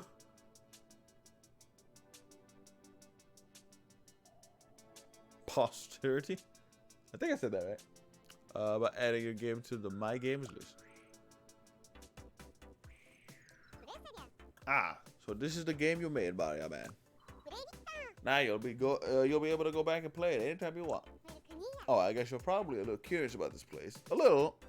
Well, this is the free programming modes. My Games list. Put simply, this is what will store the games that you build from scratch. Just as the name, free programming suggests, when you press this button, you'll start programming from the ground up. You'll start with an empty environment. Of course, you've just gotten started with your programming journey, Mario Man. So don't worry if sometimes things don't turn out exactly the way you imagine, which they won't. It's a day to remember. Your very first game is available to play. Why not ramp up the fun by letting your friends play the game you made? When you've had your fill of playing that, let's get back on track with the lesson 2 of the interactive lesson. See you in the next lesson. I guess we can do the next lesson. I don't know if we'll be able to finish it in time, but I think we might be able to. I got time. Oh yeah, I got plenty of time. We might be able to do another lesson or 2. Yo, let's share our swaggin' stage. Hey Mario, man. Oh hey Alice, what up? Do you remember me? I'm not Bob. You made your way to the place where you'll be able to share games you created. Has anyone made like, I don't know, the B movie, the video game yet on here? Or like Garfield Kart? If you select this, you'll be able to share your own game creations with nearby players. Also, if you have a Nintendo Switch Online membership, which you kind of need to like breathe in this world, you'll be able to share your game online. If you tell other players the game ID of your game when you share it, they'll be able to use it to receive your game. But please bear in mind the following points when you share your game. Actually, you should read this next part with the parent, guardian, or an adult. Oh no, I need an adult. It's important stuff, so you need to make sure that you understand it. Okay, first, when you share your game online, the game title and your username will be made public to the whole world.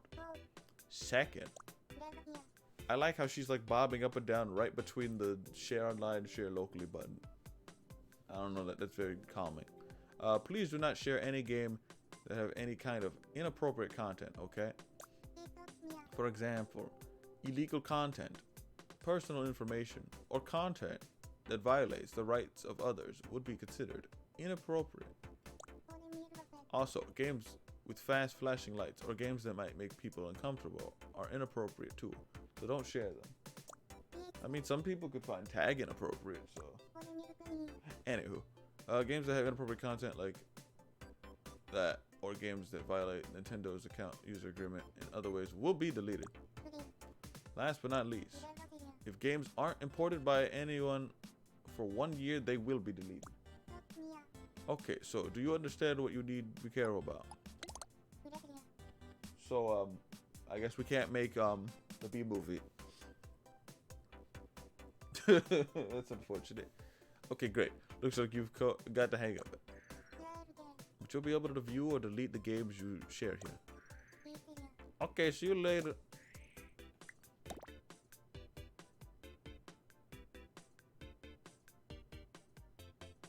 No shared games. Yo, it's my gamer profile. Yo, I got poo. Poo 02. Nice. Share online. Yo, we got to share Tag Showdown. Reimagining. Keg Showdown. Your game on. Anyone who has the game ID will be able to play, modify, and reshare the game. We're just gonna upload that to Poo. Well, it's Poo too. Yo, our ID is freaking great. That's double Poo, I think. Or Winnie the Pooh.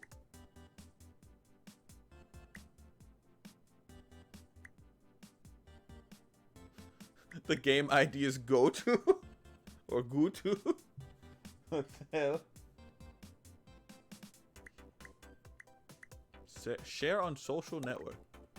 You can take a screenshot and open the album, and then you can share this screenshot on social network and give your friends your game ID and program. Oh, okay. Yeah, let me put this on Twitter real quick. Be right back. So we did it, boys. We made the video jam. Oh, it went directly to the album. That's neat. Here, let me post it on Twitter real quick.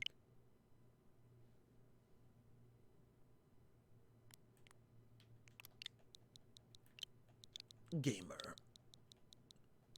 Wait, no, gamer maker.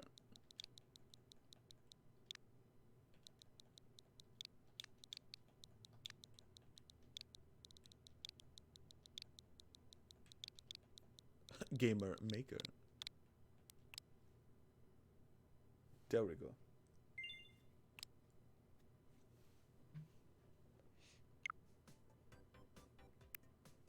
Oh, that's neat. It has all my Game Builder garage recordings. Or clips or whatever.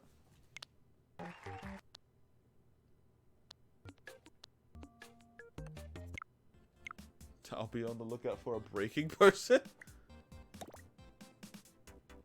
So when can I, like, get other people's stuff?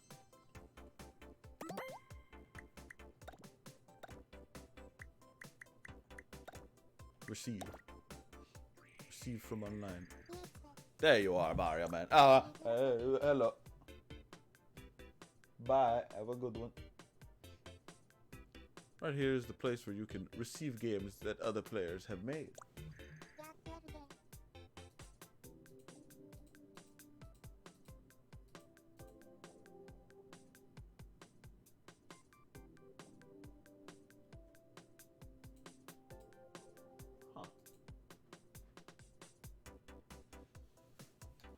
If you select this, you'll be able to receive games that newer players have made available. If you have a Nintendo Online membership, you'll be able to receive games that other users have made available online. When you're receiving games from online, you'll need to enter the game ID or the programmer ID of the person who shared it. Just in case if you receive a game that seems inappropriate in some way, you can report it with the report button. Bye for now. Ah, so you need the ID. That's unfortunate. All IDs start with G or P. Oh. Huh.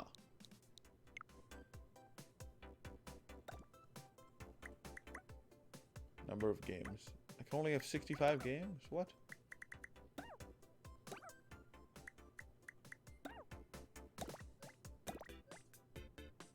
Huh.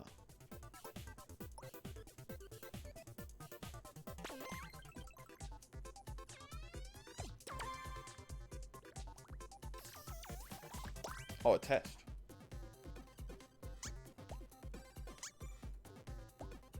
Test your skills at the checkpoint. Don't worry, you can do it. Hello. Looks like you've completed the first lesson. Great work. Hold on. You didn't forget about my checkpoints, did you? Checkpoints are where we'll test if you really understood how to use the Nadon properly. You'll have to solve a Nadon-based puzzle to proceed. Based Nadon. There'll be 5 puzzles for you to solve. Let's start with this puzzle, okay? Move the person with the control stick. Okay. Should be simple enough. Maybe you forgot what you were supposed to do. So allow me to explain the puzzle again. This puzzle is solved when the person collects the apple. To make it so that the person can collect the apple, you need to work your programming magic on the program screen. Huh.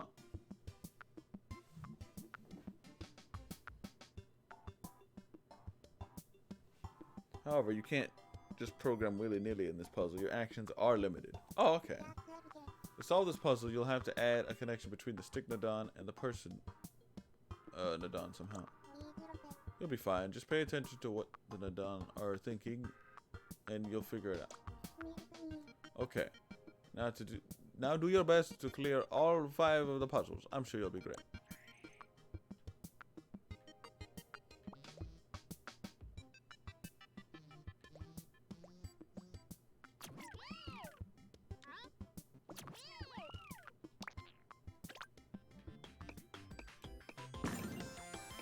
Alrighty.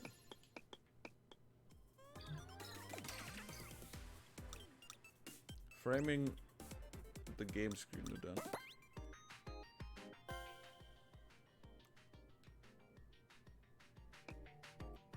Oh, this is neat. I like these. Alright, so the person's over here, it seems.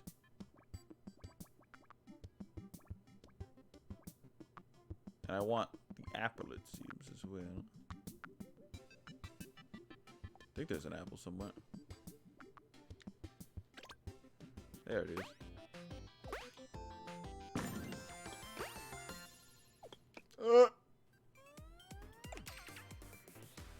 Properties of objects.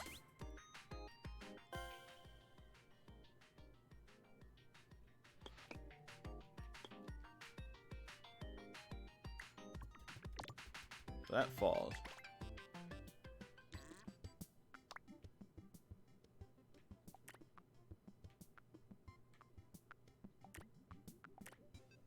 Ah.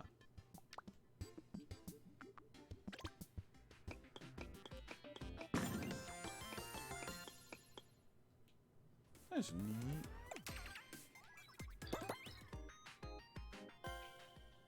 Invisible objects.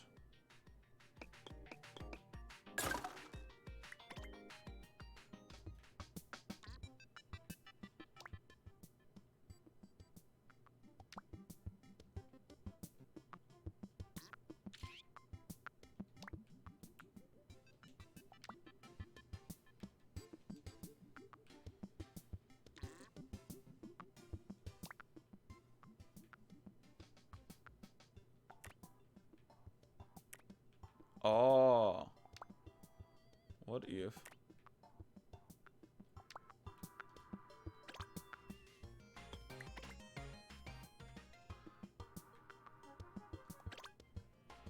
I don't think that would work. Wait, it would work.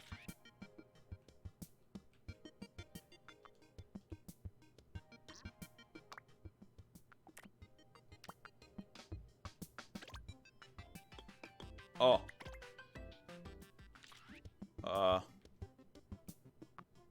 Maybe it doesn't work like that.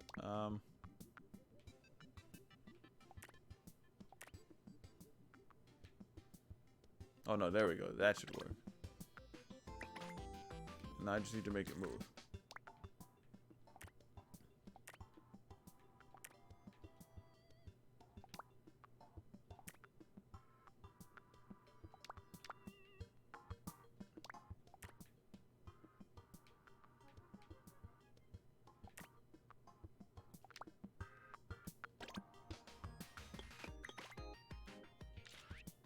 How is this the tricky one? I want it to be destructible and destructive, but I also want it to move.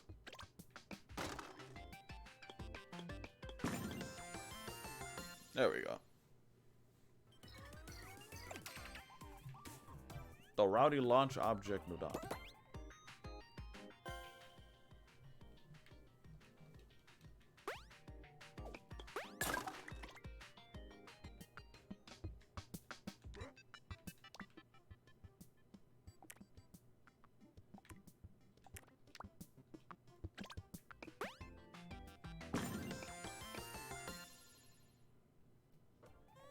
Alrighty then.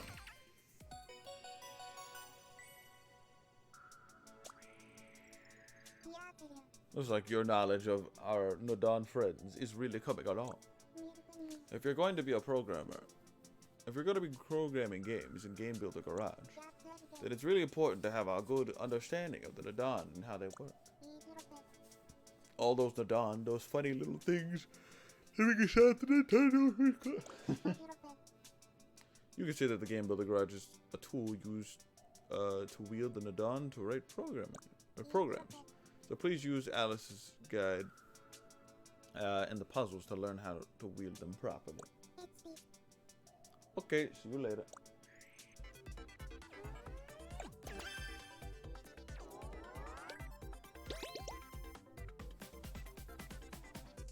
On a roll. Rock and roll at full tilt. Get new perspectives on programming. Alright, we'll try to do this one before I head out, if possible. But it does have points. Checkpoints of its own. You made it to lesson 2.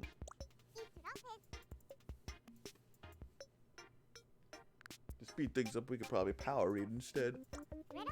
I don't know if reading it all would be that necessary. Maybe new things.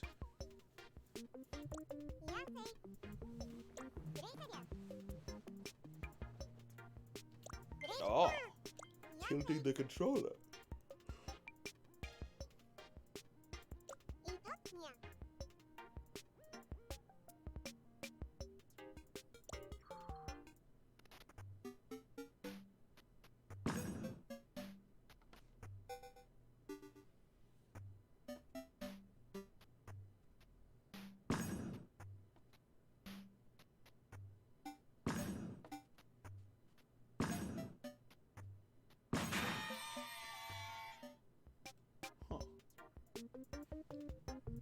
We're learning motion controls already.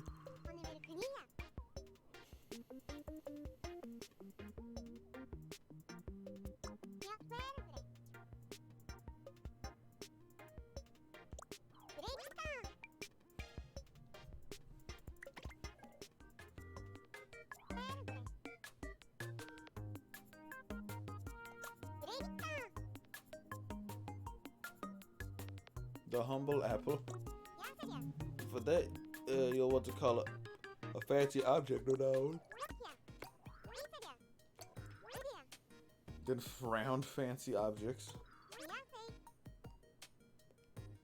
Huh. Now select apple to call up a fancy object or noun. And what a fancy object it is too.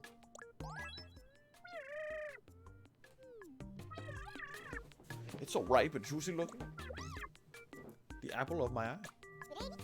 There we go. Now you know how to place the apples. Let's head over to the game screen. If I had a mouth, it'd be tempting to take a bite. Okay, time for the main event. Let's view the apple from above using overhead view. Fortunately, it's very easy to switch views. Just select the overhead view option here. Oh, so that's what that is.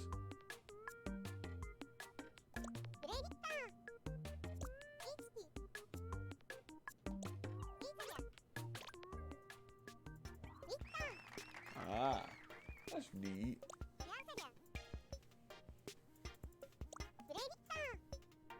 It's above view woofy. No. This is the view we'll be using to create a level for the ball to roll around in. And on that note, it's time to start making the level itself. First, we need to decide how big the game screen will be. Open objects. Select game screen and camera. Now call up a game screen node from the game screen. Huh.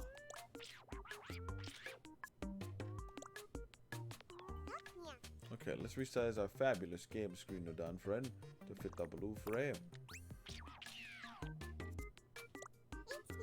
Okay, that's done. Now we'll use some object node to make the outer walls. Open objects. Select simple objects, and then box.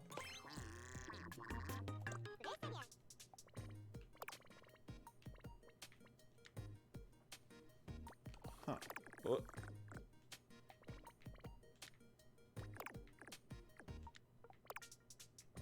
Bleh. There we go.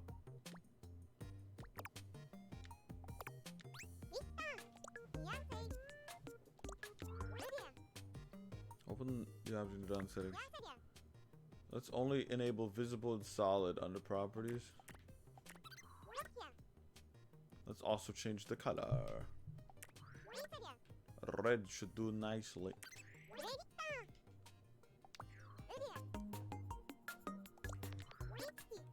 Okay. I might be the bottom wall, but I'm at the top of my game.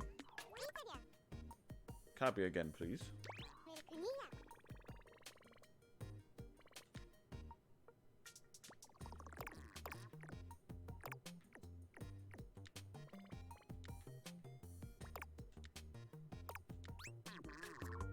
I'm the left wall.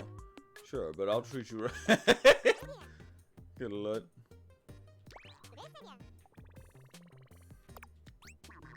Yep, I reckon we've got the whole screen walled up.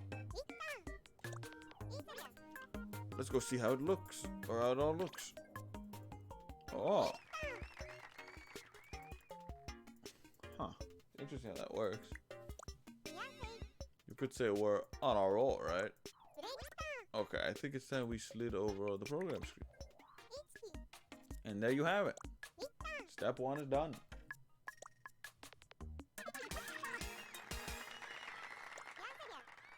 In this step, we'll learn how to enter overhead view. And we created the play area for our game.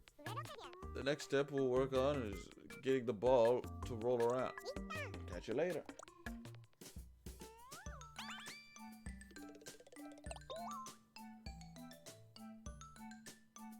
Switching views and getting to know the game dimensions. That's really cool. Slanting spheres. Welcome to step 2 of On a Roll. Last time we learned how to enter overhead view. We'll also put some walls to make our level. Now, I think step 2 should be pretty interesting. We're going to get the ball to roll around as you tilt your controller. It's going to be rolling here, there, and everywhere.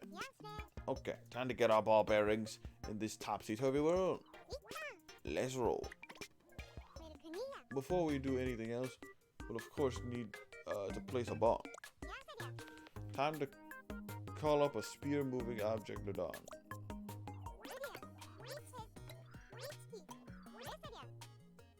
And from here we can call upon a spear moving object Nodon.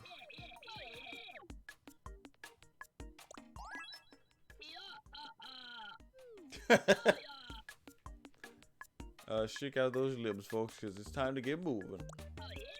Or even better, you do the mental workout and I'll take care of the heavy lifting. Can't wait to work with your friend. First, let's make the moving object Nodon a teensy bit smaller. That's right, just like that.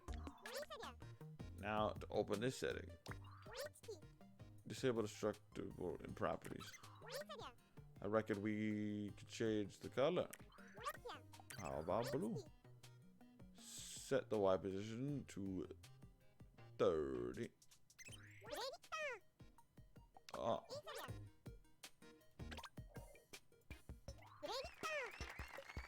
Roll on up and feast your eyes upon the incredible soon-to-be rolling ball. Okay, try tilt again. Oh. You had one job, bot. You know why it won't move? It's because we never taught it how to roll. Let's fix that right now. We need the ball to roll when you tilt the controller, right? We're going to have to call up a tilt Nodon. Open up input. Select motion. Then select tilt. And now call upon tilt Nodon from auto.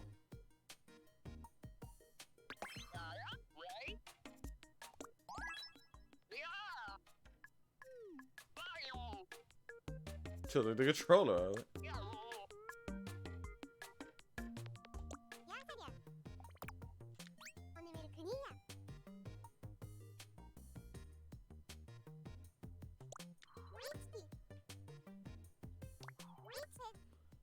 Can you set the range to 15?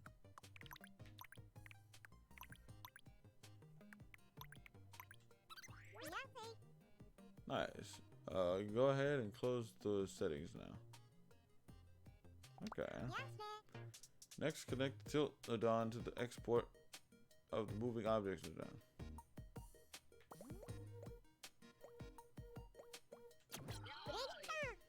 At this point, we should be able to roll the ball sideways by tilting the controller left and right. I should point out that X here refers to the left and right movement.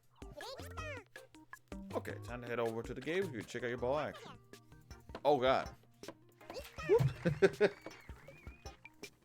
That's scarily fast. Would it go faster?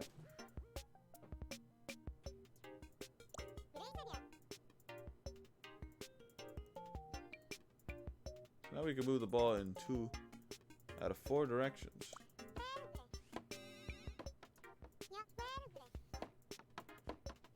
Not so much movement, of course, because we haven't programmed it to do anything yet.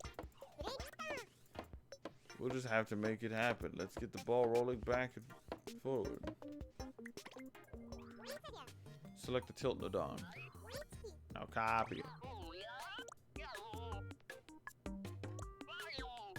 You start to weigh up the important things in life. Isn't it hard to get the right balance, you know? Sometimes you start leaning hard into one direction, then your whole world just tilts. So wait, is it easy to tilt or hard to tilt? It seems like options. Seems like opinion is what's tilting back and forth here. Huh. Huh. You got philosophical there for a second. Open the settings and we'll set up the output for a forward-backward tilt movement. You can tilt forward and backwards by rotating it around the x-axis. This means our axis of rotation needs to be x. Good stuff. Let's close the settings.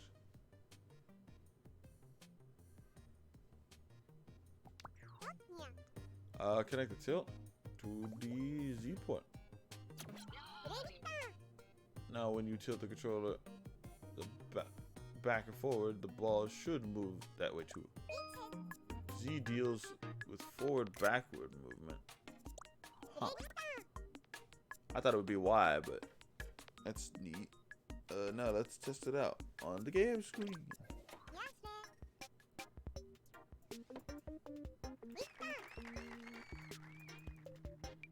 Oh.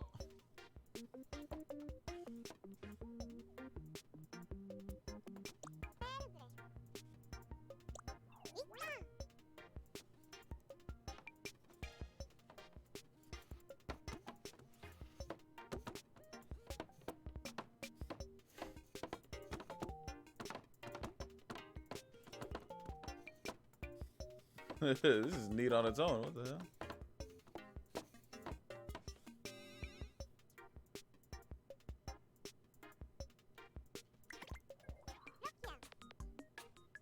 So, are we doing? So how are we doing then? The answer is yes. That's it for. Or are we done? Are we doing? Did you enjoy working on tilt mechanics? I hope this demonstrates that you don't always have to rely on buttons for every game. Finding out new styles of play like this is part of the fun of Game Builder Garage. In the next step, we're going to make the level that the ball rolls around in a whole lot more interesting. So, see you in the next step.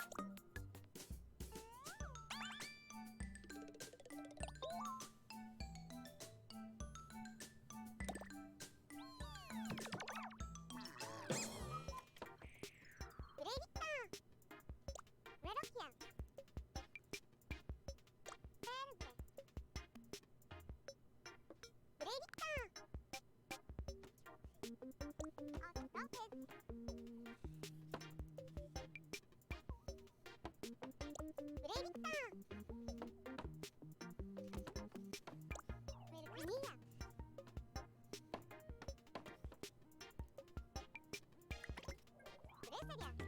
First, let's get some walls to start building a course with.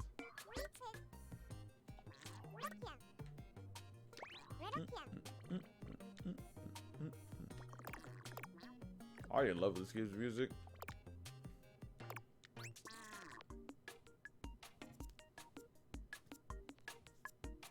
Huh.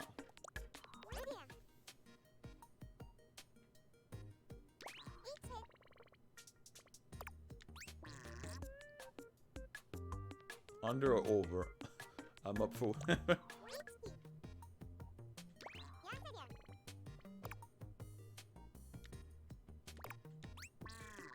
centered and solid here.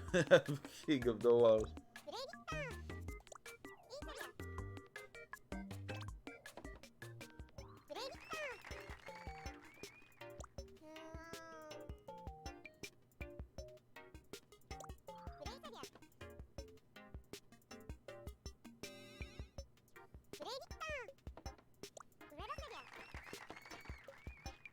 I wish I could lower the sensitivity. It's a bit annoying. A little too sensitive, you ask me.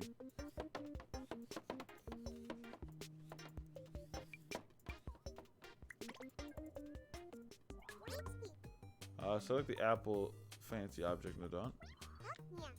Take it a tad, make it a tad larger and shift it over to the bottom left hand corner.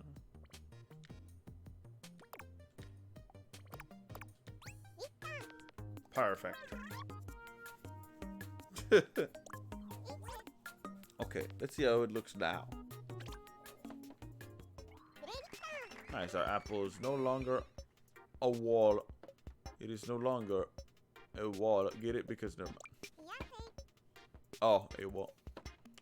Okay, try bumping into the apple with the ball again. It just rolls around when the ball hits it, huh? Instead, why don't we make it so that you collect the apple by bumping into it? Oh, that sounds cool. To the program screen. Select the apple fancy object, Nadon.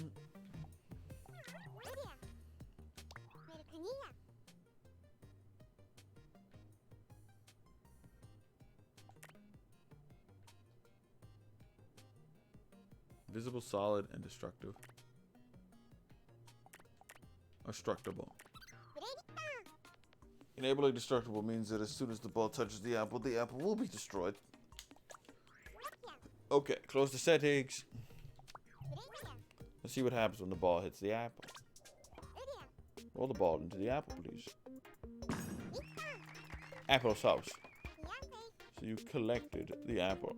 Take that apple. When you destroy an apple this way, it can actually look like you picked it up. Great, I think we should place some more apples around the level. Liven the place up a bit. What do you say? Buckle up because we're about to copy a basket load of fancy object, Nadon.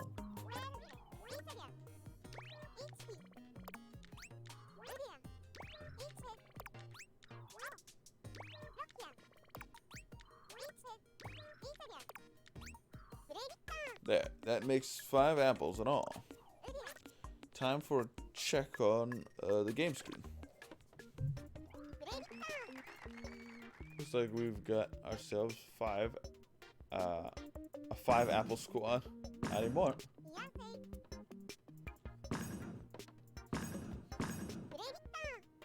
You're handling the controls like a pro. With more apples on the playing field, our game looks way more exciting now, don't you think? I'll head back. That should be it for now. The curtain closes on step 3. I should like them apple. Loving the level design. So excited. This time we've added more walls and apples to give us a proper level. Every step brings us closer to the fun game we're working hard towards. Nothing really happened yet when you pick up the apples, but that will change. Next time we'll focus on counting how many apples have been collected. See you in the next step. Yeah, I'm always curious about these little things. Like, now how are we going to do that? That sounds really cool, though.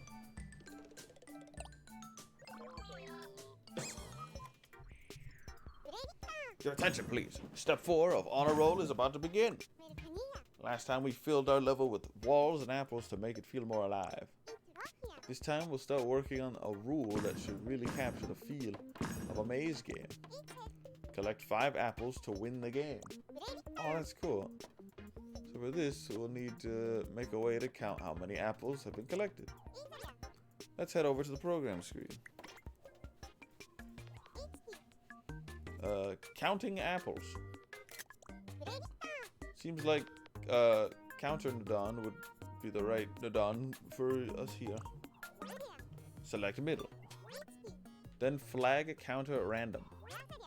Now select counter to call up a counter Nadon. I have counted all the Nadon in this lesson. I am the 17th to be summoned, but no less important. Huh. You are asking me to count the numbers of apples that have been collected. Yes, okay, I will count for you. You can count on me. Move the counter Nadon over to the side a little bit, could you? To get the counter Nadon to count something, we have to input a signal to it. And we're looking to count the number of apples collected. We need a Nadon that outputs a signal for us whenever we pick up an apple.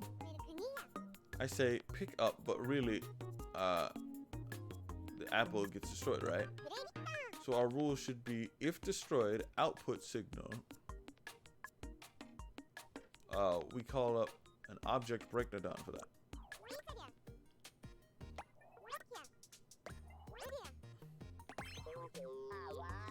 Hey there, sweetie. A little bird tells me you're making a game about breaking lots of apples.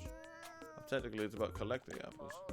Same difference anyways. I've got it covered. I'll watch from the exact moment they break.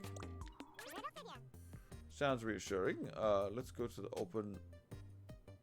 Let's go and open the object break Nadon settings. Open the check what option. We only need to enable apples here. Great. Now close the detailed settings. Bear? Why is there bear? Close the setting altogether. Let's move the object break Nadon over just a bit. Now, link the object break Nadon to the counter Nadon count up port. Oh, I'll be watching sweetness. As soon as an apple gets destroyed, I'll tell you right there and then. And I will count how many times it happens. And that's about does it. Our apples counter should now be fully functional. Let's see what happens on the game screen. Call up a number object Nadon.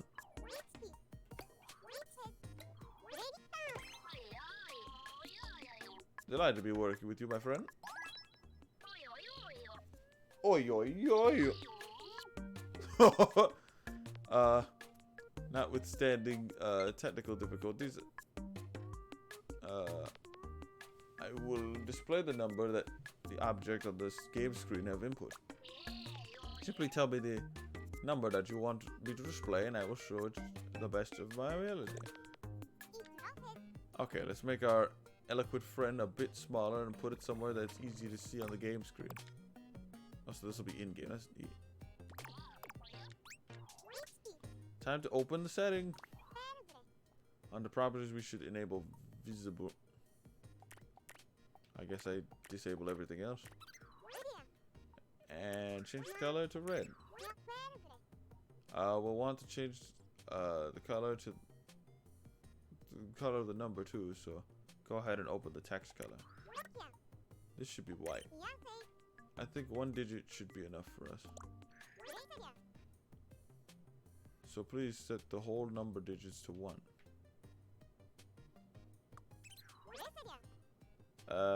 Let's also set the Y position to 60.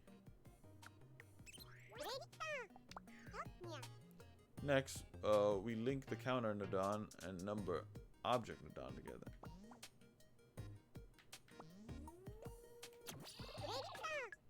If all goes well, the number of apples we collected should now be shown on the game screen. Huh. Fingers crossed. I'm Presto, our apple hoard is being displayed as absolutely zilch. Well, we messed up somewhere. We didn't take into account the fact that the game screen is in overhead view.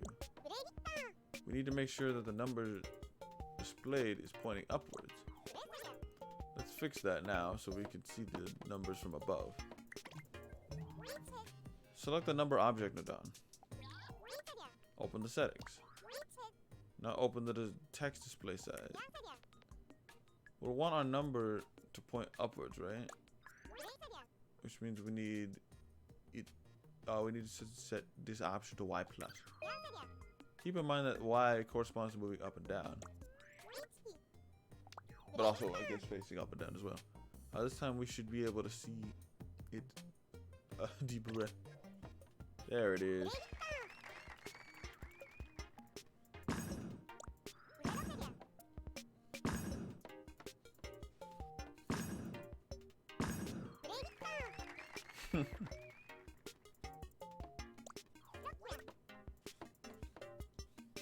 Time to head back, methinks. And we're done for now. Step 4 is a wrap, so give yourself a pat on the back.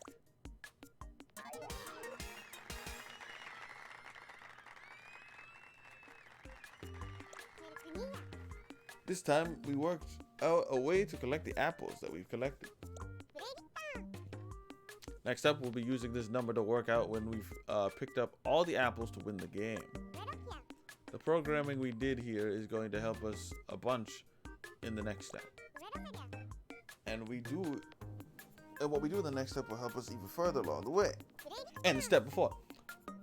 That's one of the coolest things about programming, the fact that everything you do builds towards something even better. Can't wait to see you in the next step.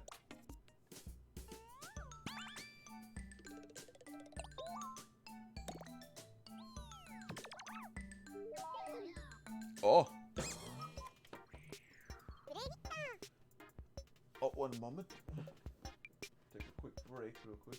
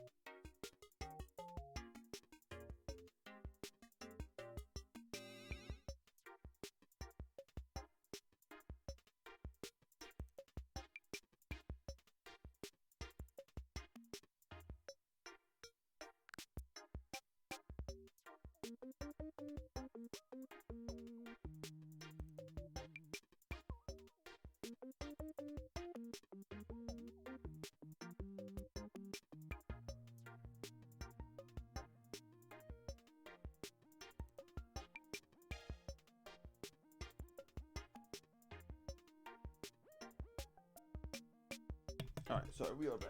I do want to add some more stuff to my stream, like more extensions and stuff. The only thing I have right now is latest followers, and that's cool and all, but I want to add more. I had a suggestion box, but I don't think it enabled yet.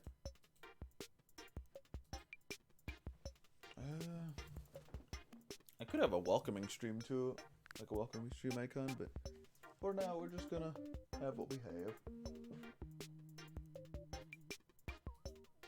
Definitely want to mess around with the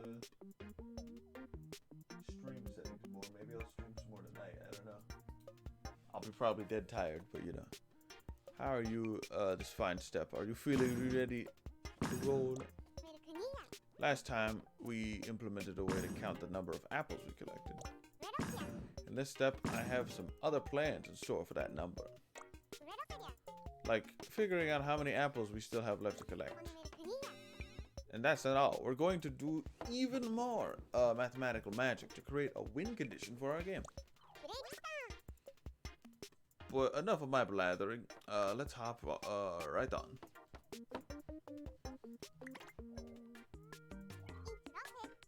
At the moment, the game screen tells us how many apples we collected in the total. But we really want it to show how many apples we still need to collect. Time to fix that. So our goal is clear. There are no apples left to collect, we win. Let's see, we have to collect 5 apples in total.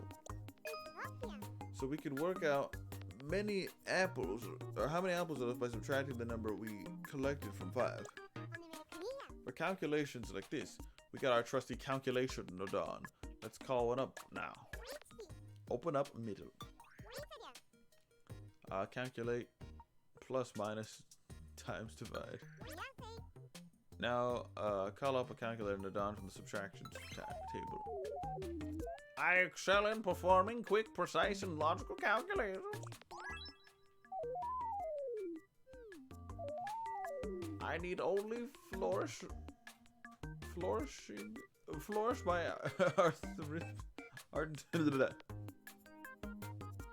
arithmetic wand and get the signs happen.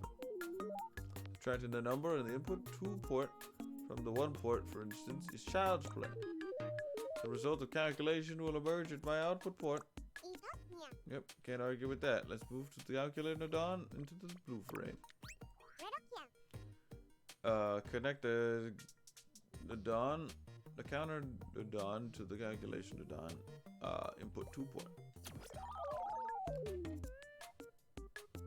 Okay.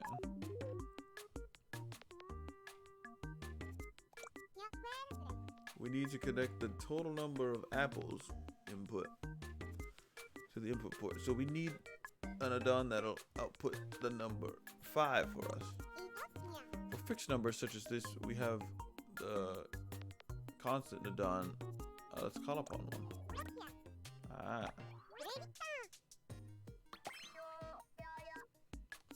There's but one immutable, unchangeable truth in this world. Oh.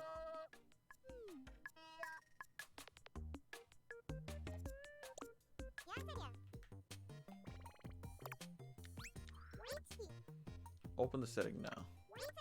Set the value to 5. 45. Close this setting. So 5 then. This number shall go on in living memory. Oh 5. Oh 5. Oh alarm clock. 5.0. Connect the constant add-on to the calculator. Add-on. Input 1 port.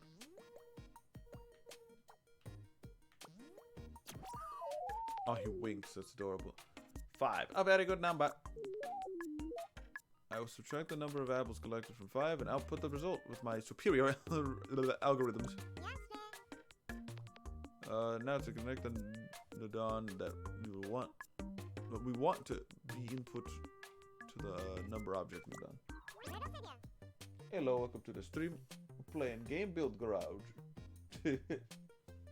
It's Mario Maker, but a little more creative, I suppose.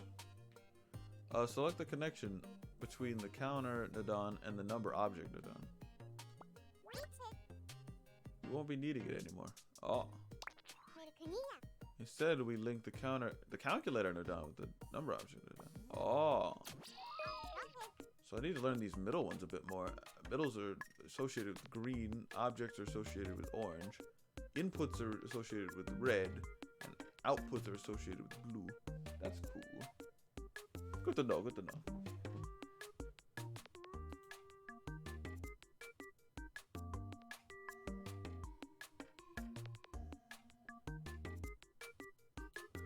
Well, welcome to the stream. We're playing Game Builder Garage, like I said. How's your day? We sandwich the calculator add-on in between the other add-on, like so, to process calculations for us. With that done, we should be able to see the number of apples left now.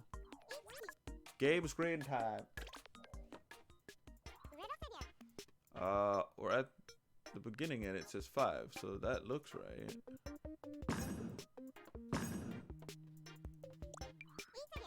Try to pick up all the apples now.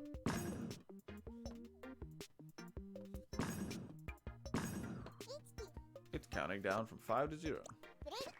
Looks like we have a working counter for the remaining apples. Now we can get to the part where you win if you get all the apples. Quick, to the program screen. Okay, now, what our if you get all the apples condition really means is if you get 5 apples. To find out whether the player got 5 apples or not, we need an add-on that'll help us compare things. Select middle. Comparison. Equal. Why do people insist that some things are beyond compare? I compare pretty much everything. Right now, I've got my eye on whether the number of apples collected equals 5.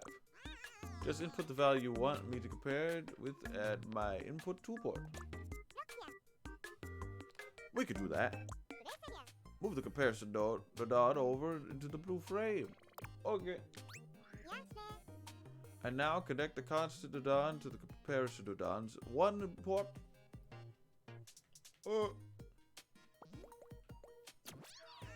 5, huh? Got it.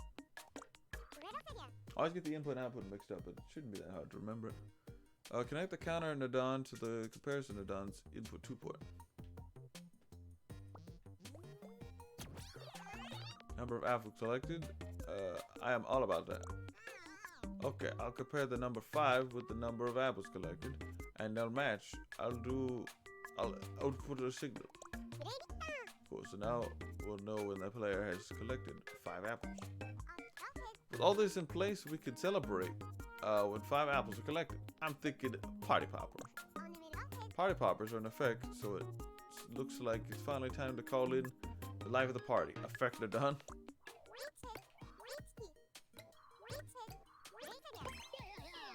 Hello, stranger. Great to see you.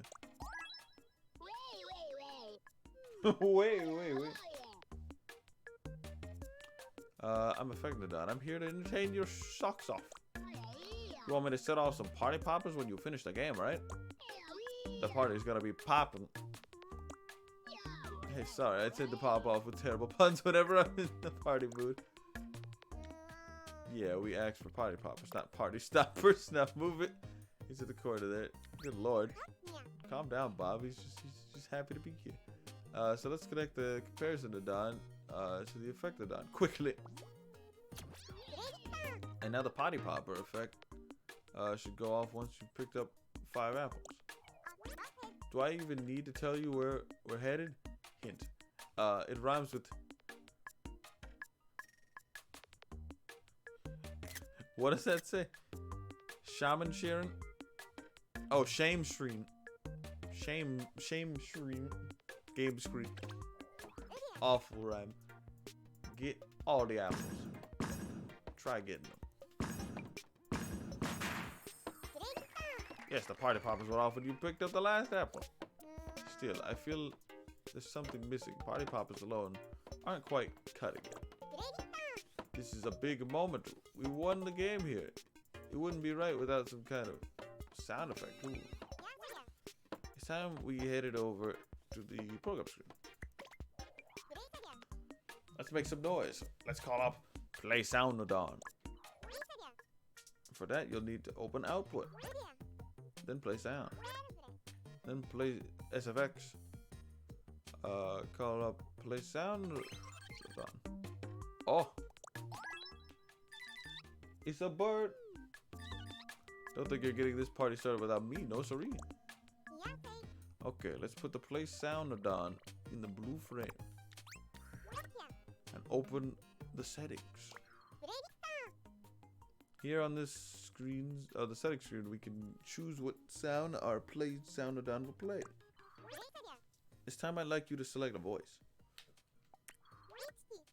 And then yeah. Okay, you can close the detail settings now. And now the settings. Connect the comparison Nodon to the Play Sound Nodon's play port now, please.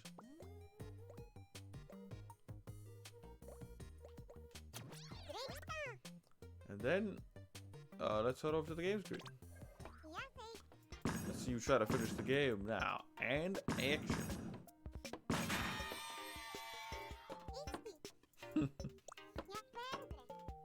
The sound effects really add some oomph, doesn't it? Gives you the satisfying feeling of victory. Okay, I think we've got this win condition in the bag. It's home time. That brings us to the end of this session. Hope you enjoyed step 5.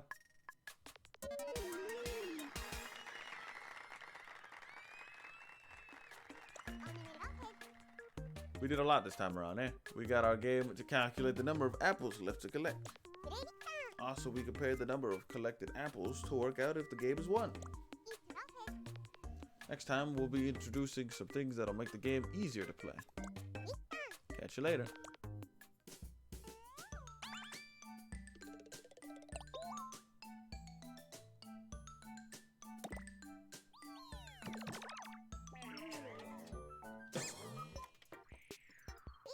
Hiya, Mario Man.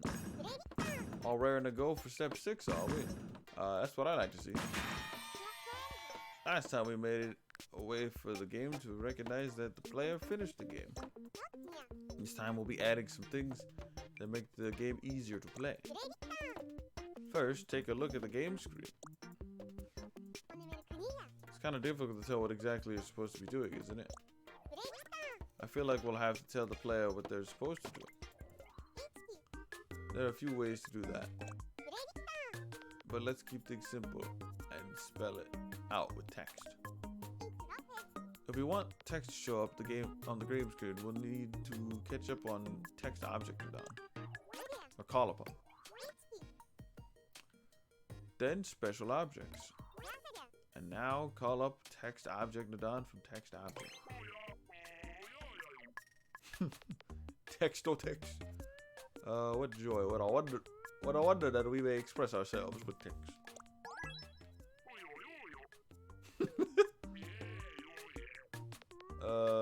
Through text shall we weave our words to the player and aid them in their gaming endeavor. Okie dokie.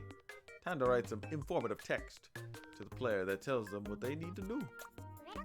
Stretch the text object Nadon out nice and long. Move it there.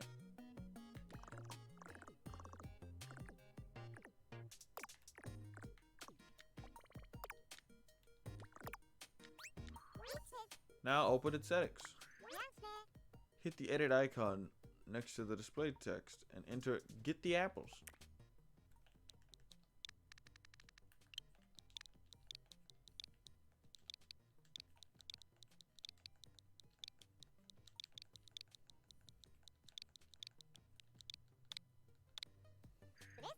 All done. Did you enter get the apples?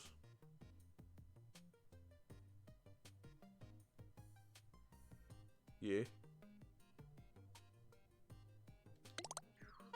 Okay, we just got a few more settings to adjust. I could have said apples to get or the get apples.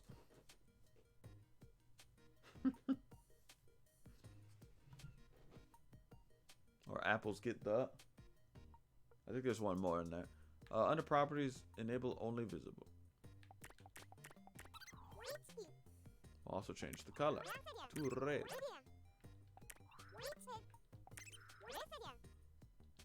Oh yeah, almost forgot. The position needs to be a bit higher. Look, if it's off the game screen to see. Now it's off to the game screen to see how it looks. That looks nice.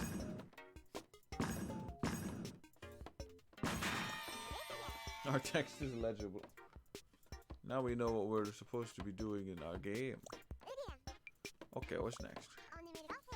We can't really tell what this number here is supposed to be. Can we let's clear up any confusion. To the program screen. Select text object Nadon. Copy.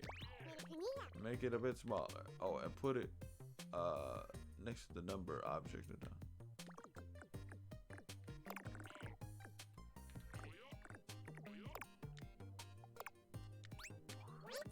Open the settings. Select edit under display text and enter remaining in the text box.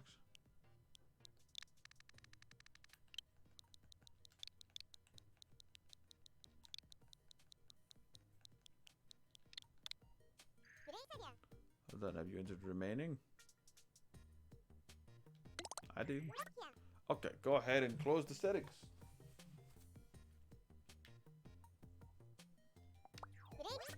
We need a little peek at the game screen now. Great. Looks like the text we set is displaying A-OK. We shouldn't be any doubt. There shouldn't be any doubt about what the numbers mean now. I see you went ahead and finished the game already. Perfect timing. Oh, players who want another try would probably be expecting a way to redo it at this point, huh? Let's streamline the process and make the game automatically restart when the player wins. Program screen, please. It's time to call up a retry Nadon.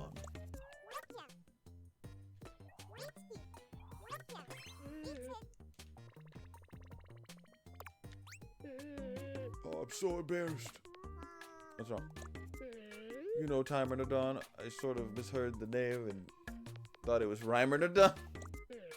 So I was like, you're no fool. Stay in school. And I got the weirdest look. I want to do over. It's never bad. Never as bad as you think. Well, almost never. Anyways, let's call up Timer Nadon. Oh no, we're bringing Timer back. We're gonna have a nice conversation. Seriously, who mixes up Timer with Rhymer? I'm not mad because you got my name wrong. I'm mad because it's such a stretch. Sorry. Yeah, I'm not even that bothered, really. There's no need to apologize. Just try to remember my name.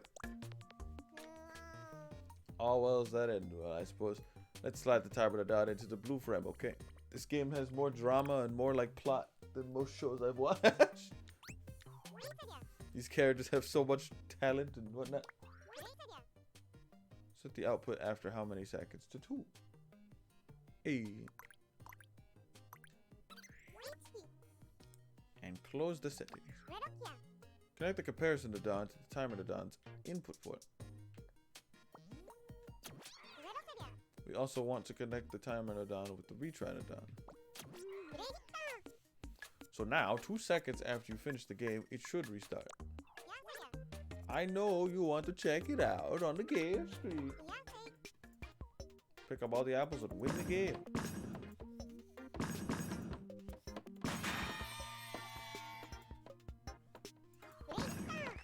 Just like that, we're back at the start. Oh.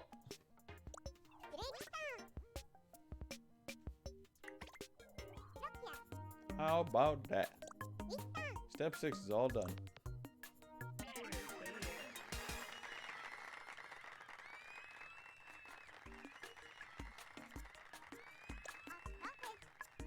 We made a few quality of life improvements this time, like using text to explain how to play. We also added a way to retry the game after you finished it. Next time we're going to up the ante and add some teleport traps to keep you on your toes. See you in the next step.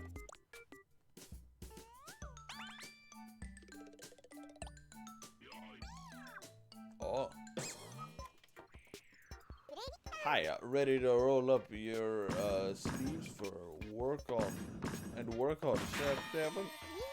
In the last step, we added some on-screen hints to tell the player how to play the game.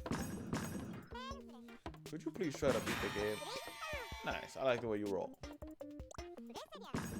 And our retry feature is working as intended. It's fun enough as it is now, for sure, but I think we can still do better. You know what this game needs? More spice. How about this time we make some obstacles for our player to overcome, like teleport traps, for instance. It's sure to give people the thrill they deserve.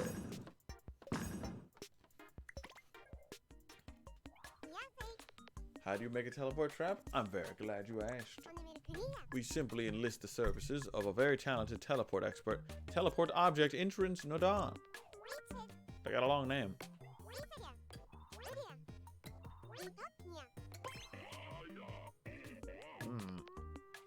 It was you who summoned me to this mortal realm? My power can reach beyond the veil. A feat no mortal Nodan could achieve. Thus, I can pass objects into the realm of subspace, should you desire it. We might take you up on that offer. Let's send the ball into subspace and see how that goes. Make the teleport interest on a bit smaller and put it into the blue frame.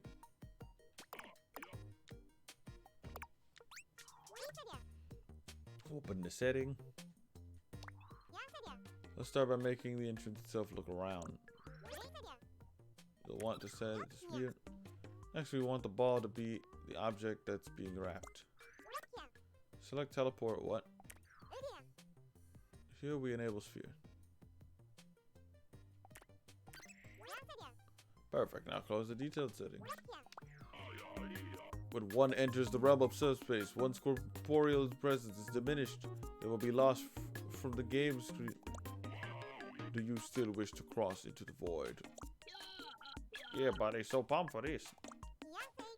Well then, let's see you embark on an incredible voyage. To the game screen.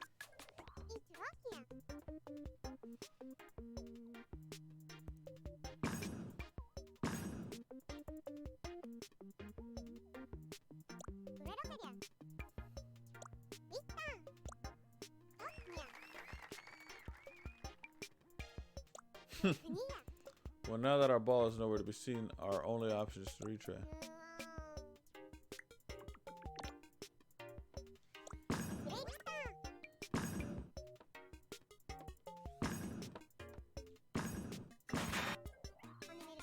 More specifically, when the ball enters the subspace realm, we need to make it come out again at the start point. We already got a warp entrance. It should come as a big surprise to hear that there's also teleport exits. Call upon the teleport object exit to Don, and let's see what he can do.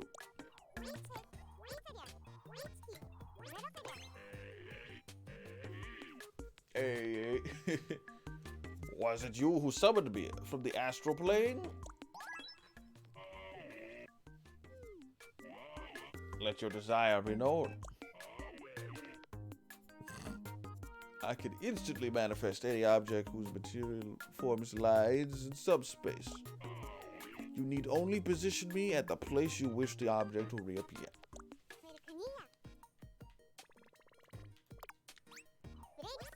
Of course you want to take it.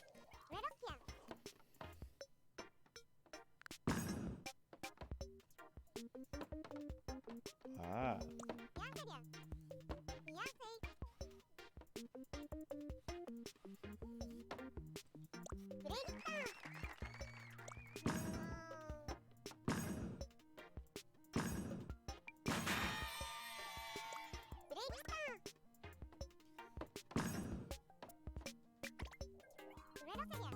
We could use a fancy object Nadon to place a hoop at the teleporter engine.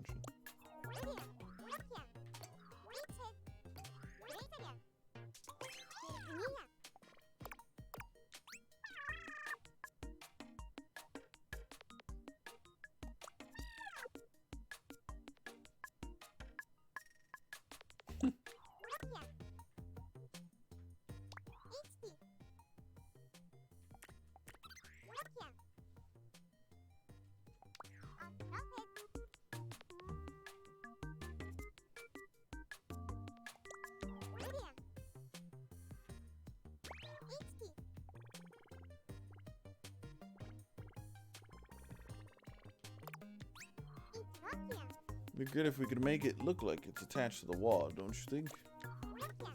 Open the fancy object Nadon setting. Set the axis to 90.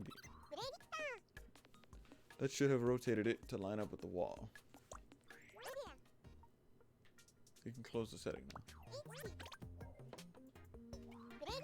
Ooh. Yep, our hoop is looking pretty hoopy about that. Probably no need for us to see the white outline of the teleport anymore, is there? We can make that invisible in the program setting. So our plan is to hide the teleport point's appearance. First, select the teleport object entrance node. Now go into settings. And here under properties, we disable visible. Close those settings. I'm here in mind, but not in body. A strange experience. We gotta hide the teleport exit as well.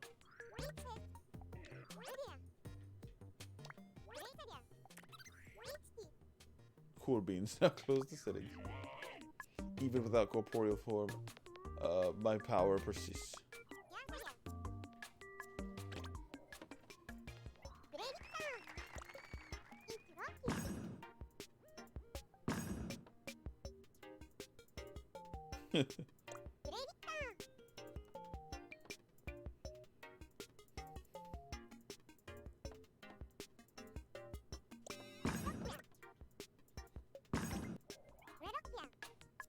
It's like I always say, you can never have enough teleports.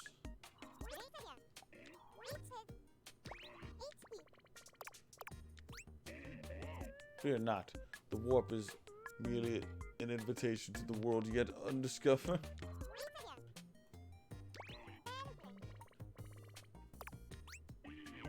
There is no need for alarm. Though you may not see me, I am always right here by your side.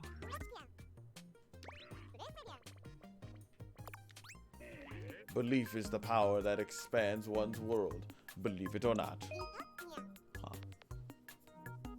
These teleport things are kind of scary, not gonna lie. We got more teleport entrances now, but they're all connected to the exit that's at the start. Even if a mirrored teleport object entrance node should rain down from the sky, My door will guide all lost souls to the world for as long as I remain. We're going to need a whole bunch of hoops, huh?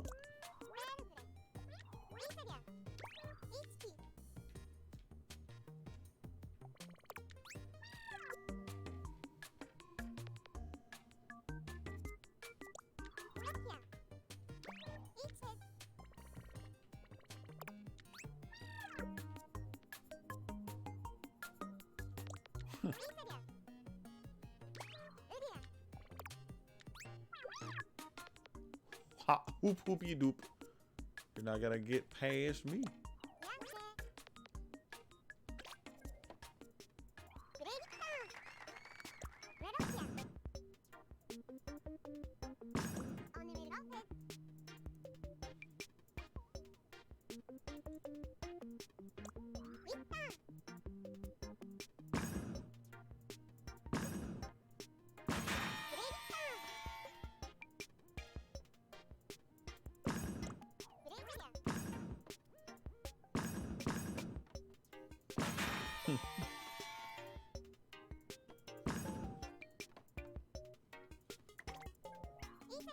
How about that? It's time to close the door on step 7. Well done.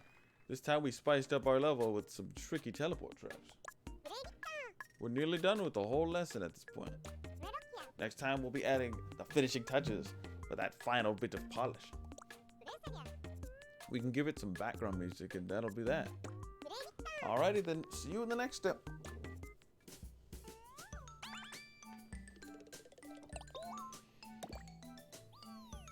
This game's fun, I like it. Glad you could make it, Mario Man. Here we are at the final step of On a Road. This time I'd like you to add some of your own personal flair. Okay then, to the program screen. That's a lot of coding so far for such a tiny little level. We still have a bit of legwork to do before we can change the game's look. So. It's time to call up a certain Nodon that can meld the world like putty. World Nodon. Simply select objects and then call up a World Nodon from world. We'd like to look in your eyes. It's a look of great result.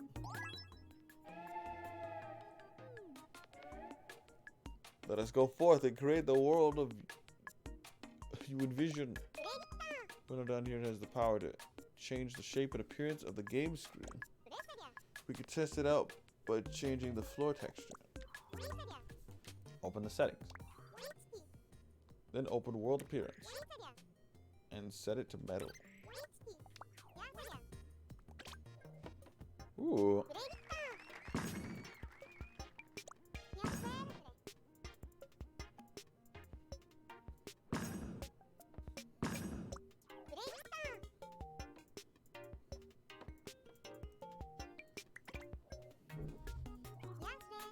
For this we can call up the aptly named background music Nodon. Go to output. Yeah, baby, are you ready to amp up this joint? It's been a while, but now we're back in style.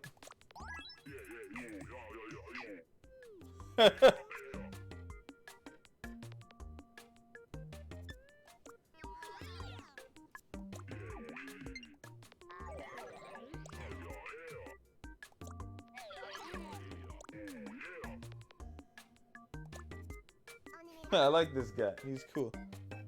To get music playing, we'll have to feed the background music Nodon an input signal. So call upon a constant Nodon and we can connect it up. Open up input. And call upon a constant Nodon from constant. Put it over by our musical friend. We've got unsensing passion and I never miss a beat. Constant Nodon is in the house. Okay, the constant Nodon and the background to the background ports background music Nodon's playport.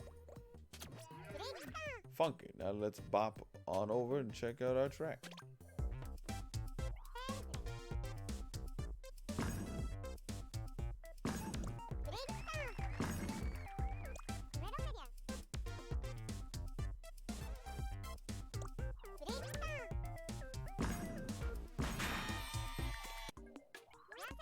Go ahead and select the background music in the done.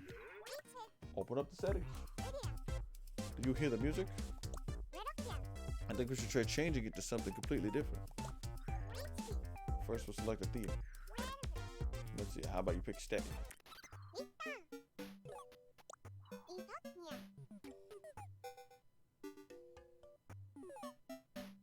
Oh, that's cool. Mix and match them up to come up with your own creations. So try the main accompaniment to acoustic guitar. That's cool.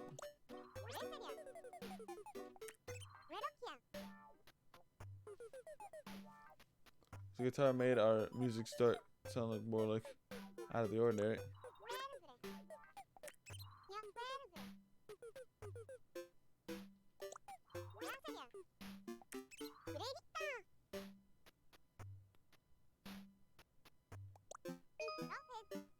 Huh.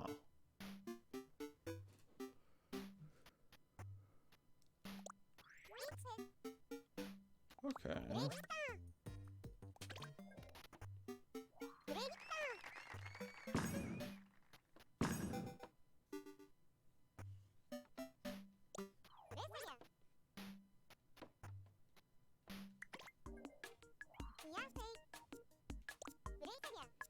Use the word appearance to anything you like.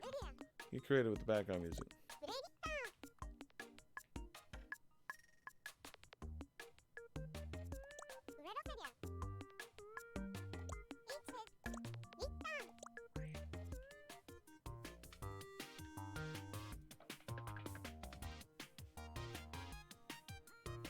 I really want to change the music. That's about it, really.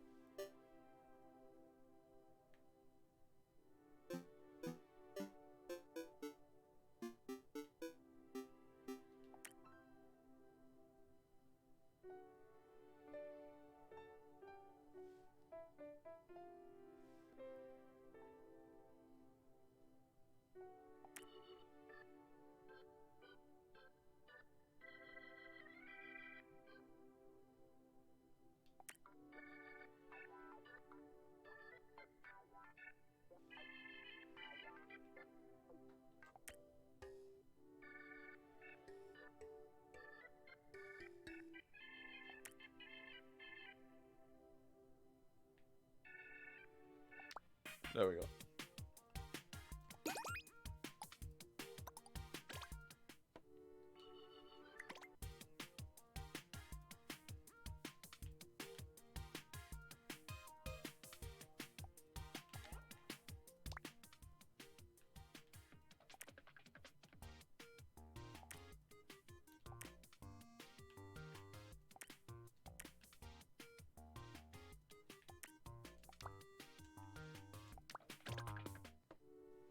Oh.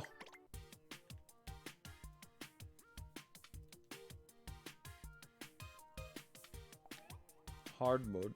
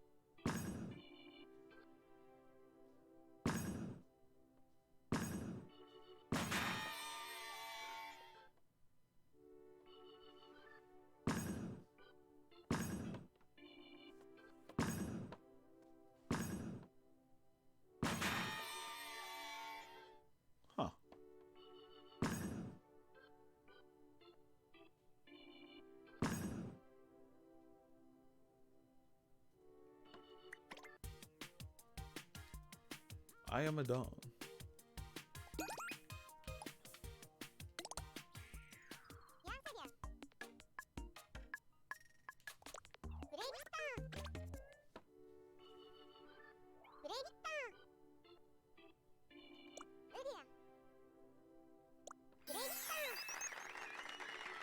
Honor roll is ready for its official debut.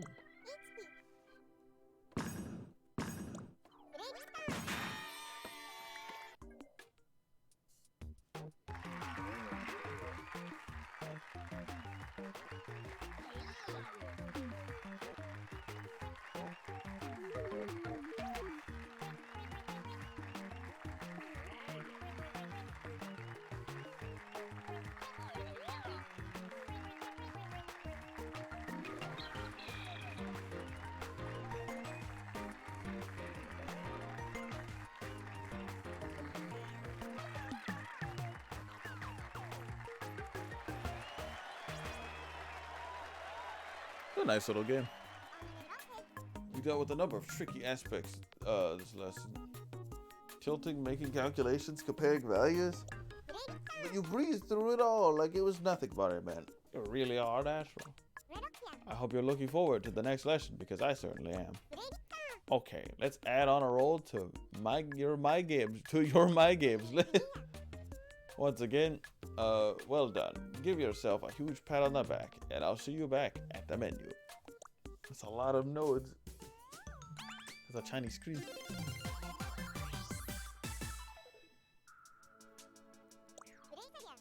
Good work on getting on a roll to gold. Congratulations. That's your second one now. I must say, you're moving through the lessons at a great pace here. Alrighty, let's add on a roll to my games list. There it is. Okay, so you added on a roll to the My Games list. It's a game that uses the Nintendo Switch console's features to the max. Why not ask a few of your friends to play it and tell you what they think? Feedback is really important. Part of the game design process, you know. Alrighty, see you at lesson 3. Don't miss it. Okay then, good lord.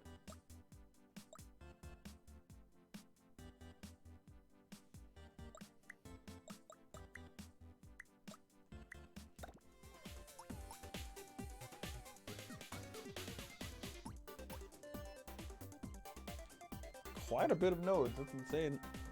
Wonder how many there are.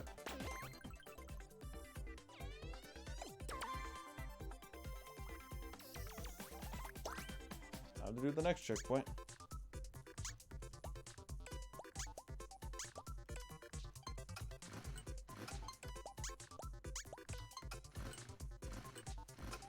The last one takes the most time, that's insane.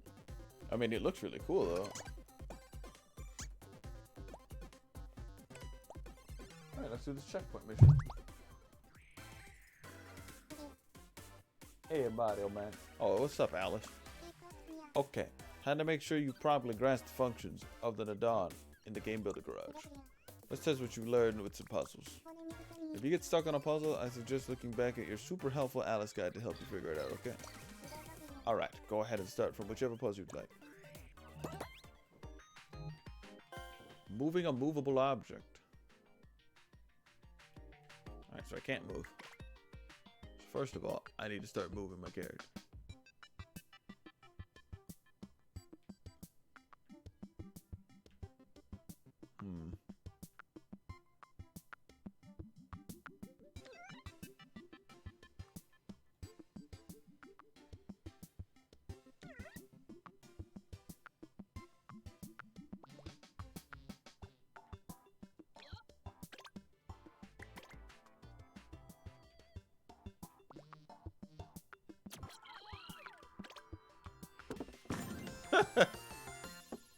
That's great. The calculator decides.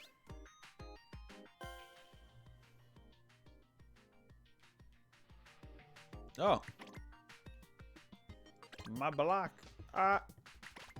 Okay. Alright, so I need to use the calculator.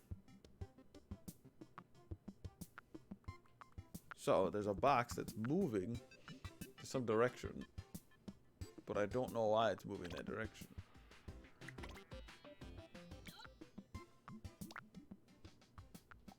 There's a constant going in and out.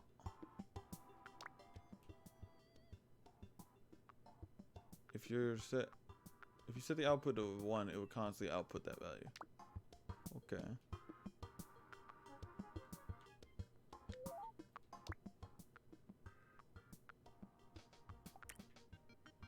Ah, so it's adding 1 and 2 and making it go +3 to the right. So I guess we want it to be -1, and that'll make it go to the left instead.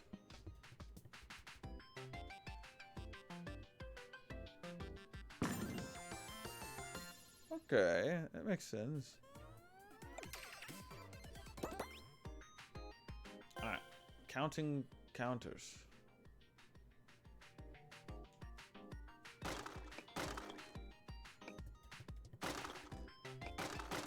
Oh, so if I get all 5, it'll activate. Okay. So we need this to count to -5? Wait, what is it connected to? It's counting down. So I'm doing the math right. Which I don't think I am.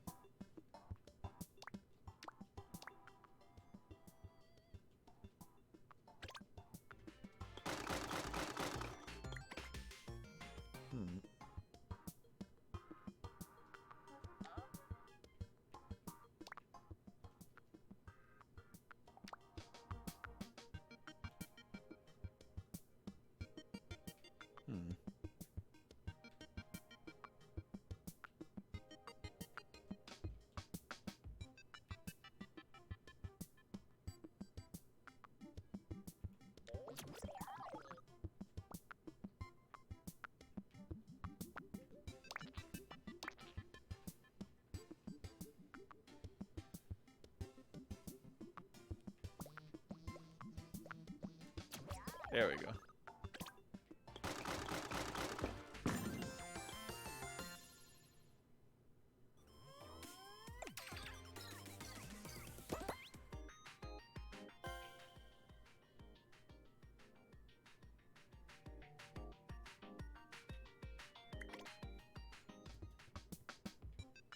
Alright, let's see here. So this is 1 + 2. It's 3 or equal to.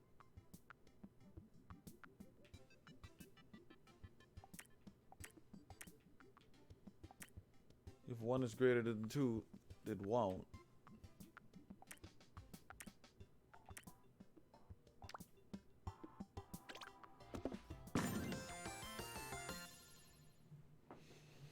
Oh, if 2 is greater than 1, rather. Or less than or greater than. Okay. Teleporting etiquette.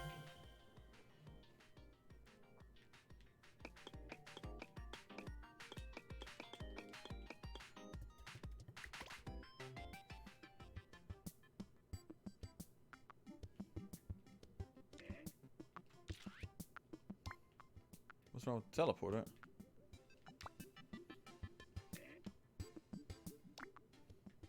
Teleport to what?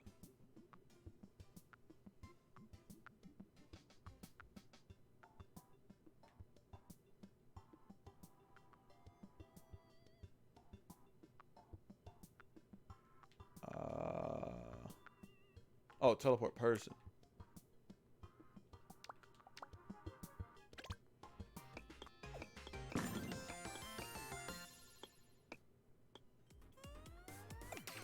Okay, that wasn't too bad.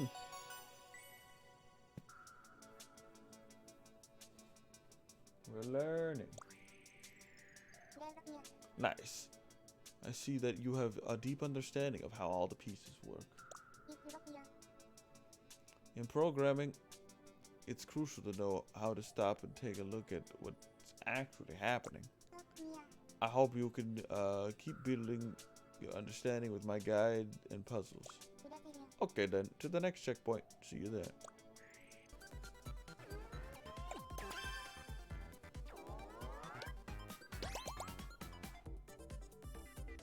Destroy swarms of aliens in a space battle. Add a little self-expression to the game.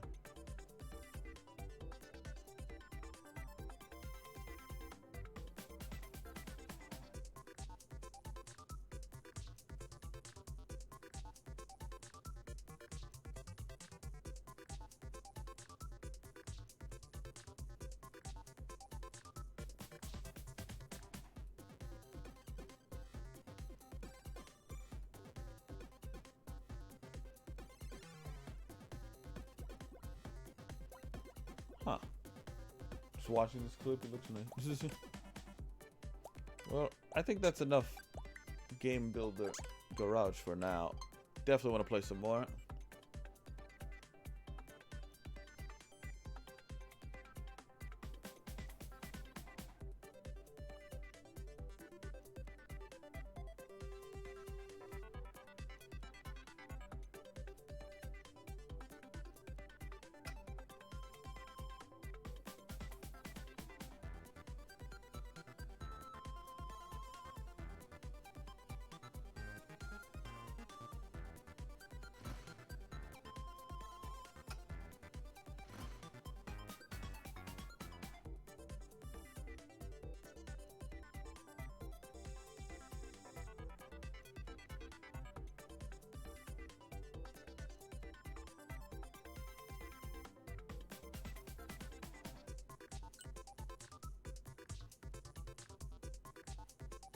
Super person world. I'm excited for lesson 7. That's gonna be like the coolest lesson, making a 3D platformer.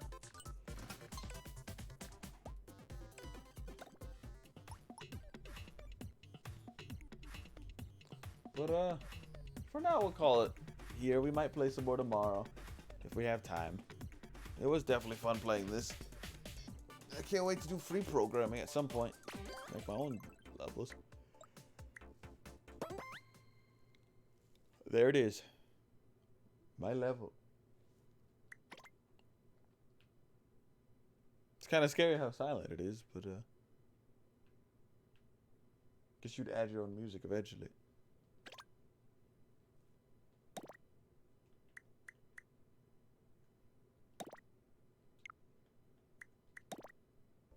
We'll get to that at some point. For now, I want to finish the interactive lessons.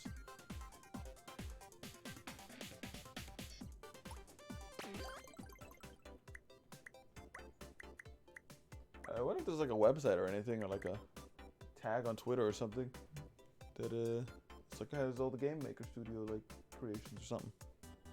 Who knows? But for now, I think we're gonna call it. Thank you everyone that came to the stream. We're gonna try to stream more Game Maker, or just stream more on Twitch actually. Once I get everything more, you know, fixed up, it'll be great. I think I'll be more comfortable on Twitch eventually. So, until then, y'all have a good one.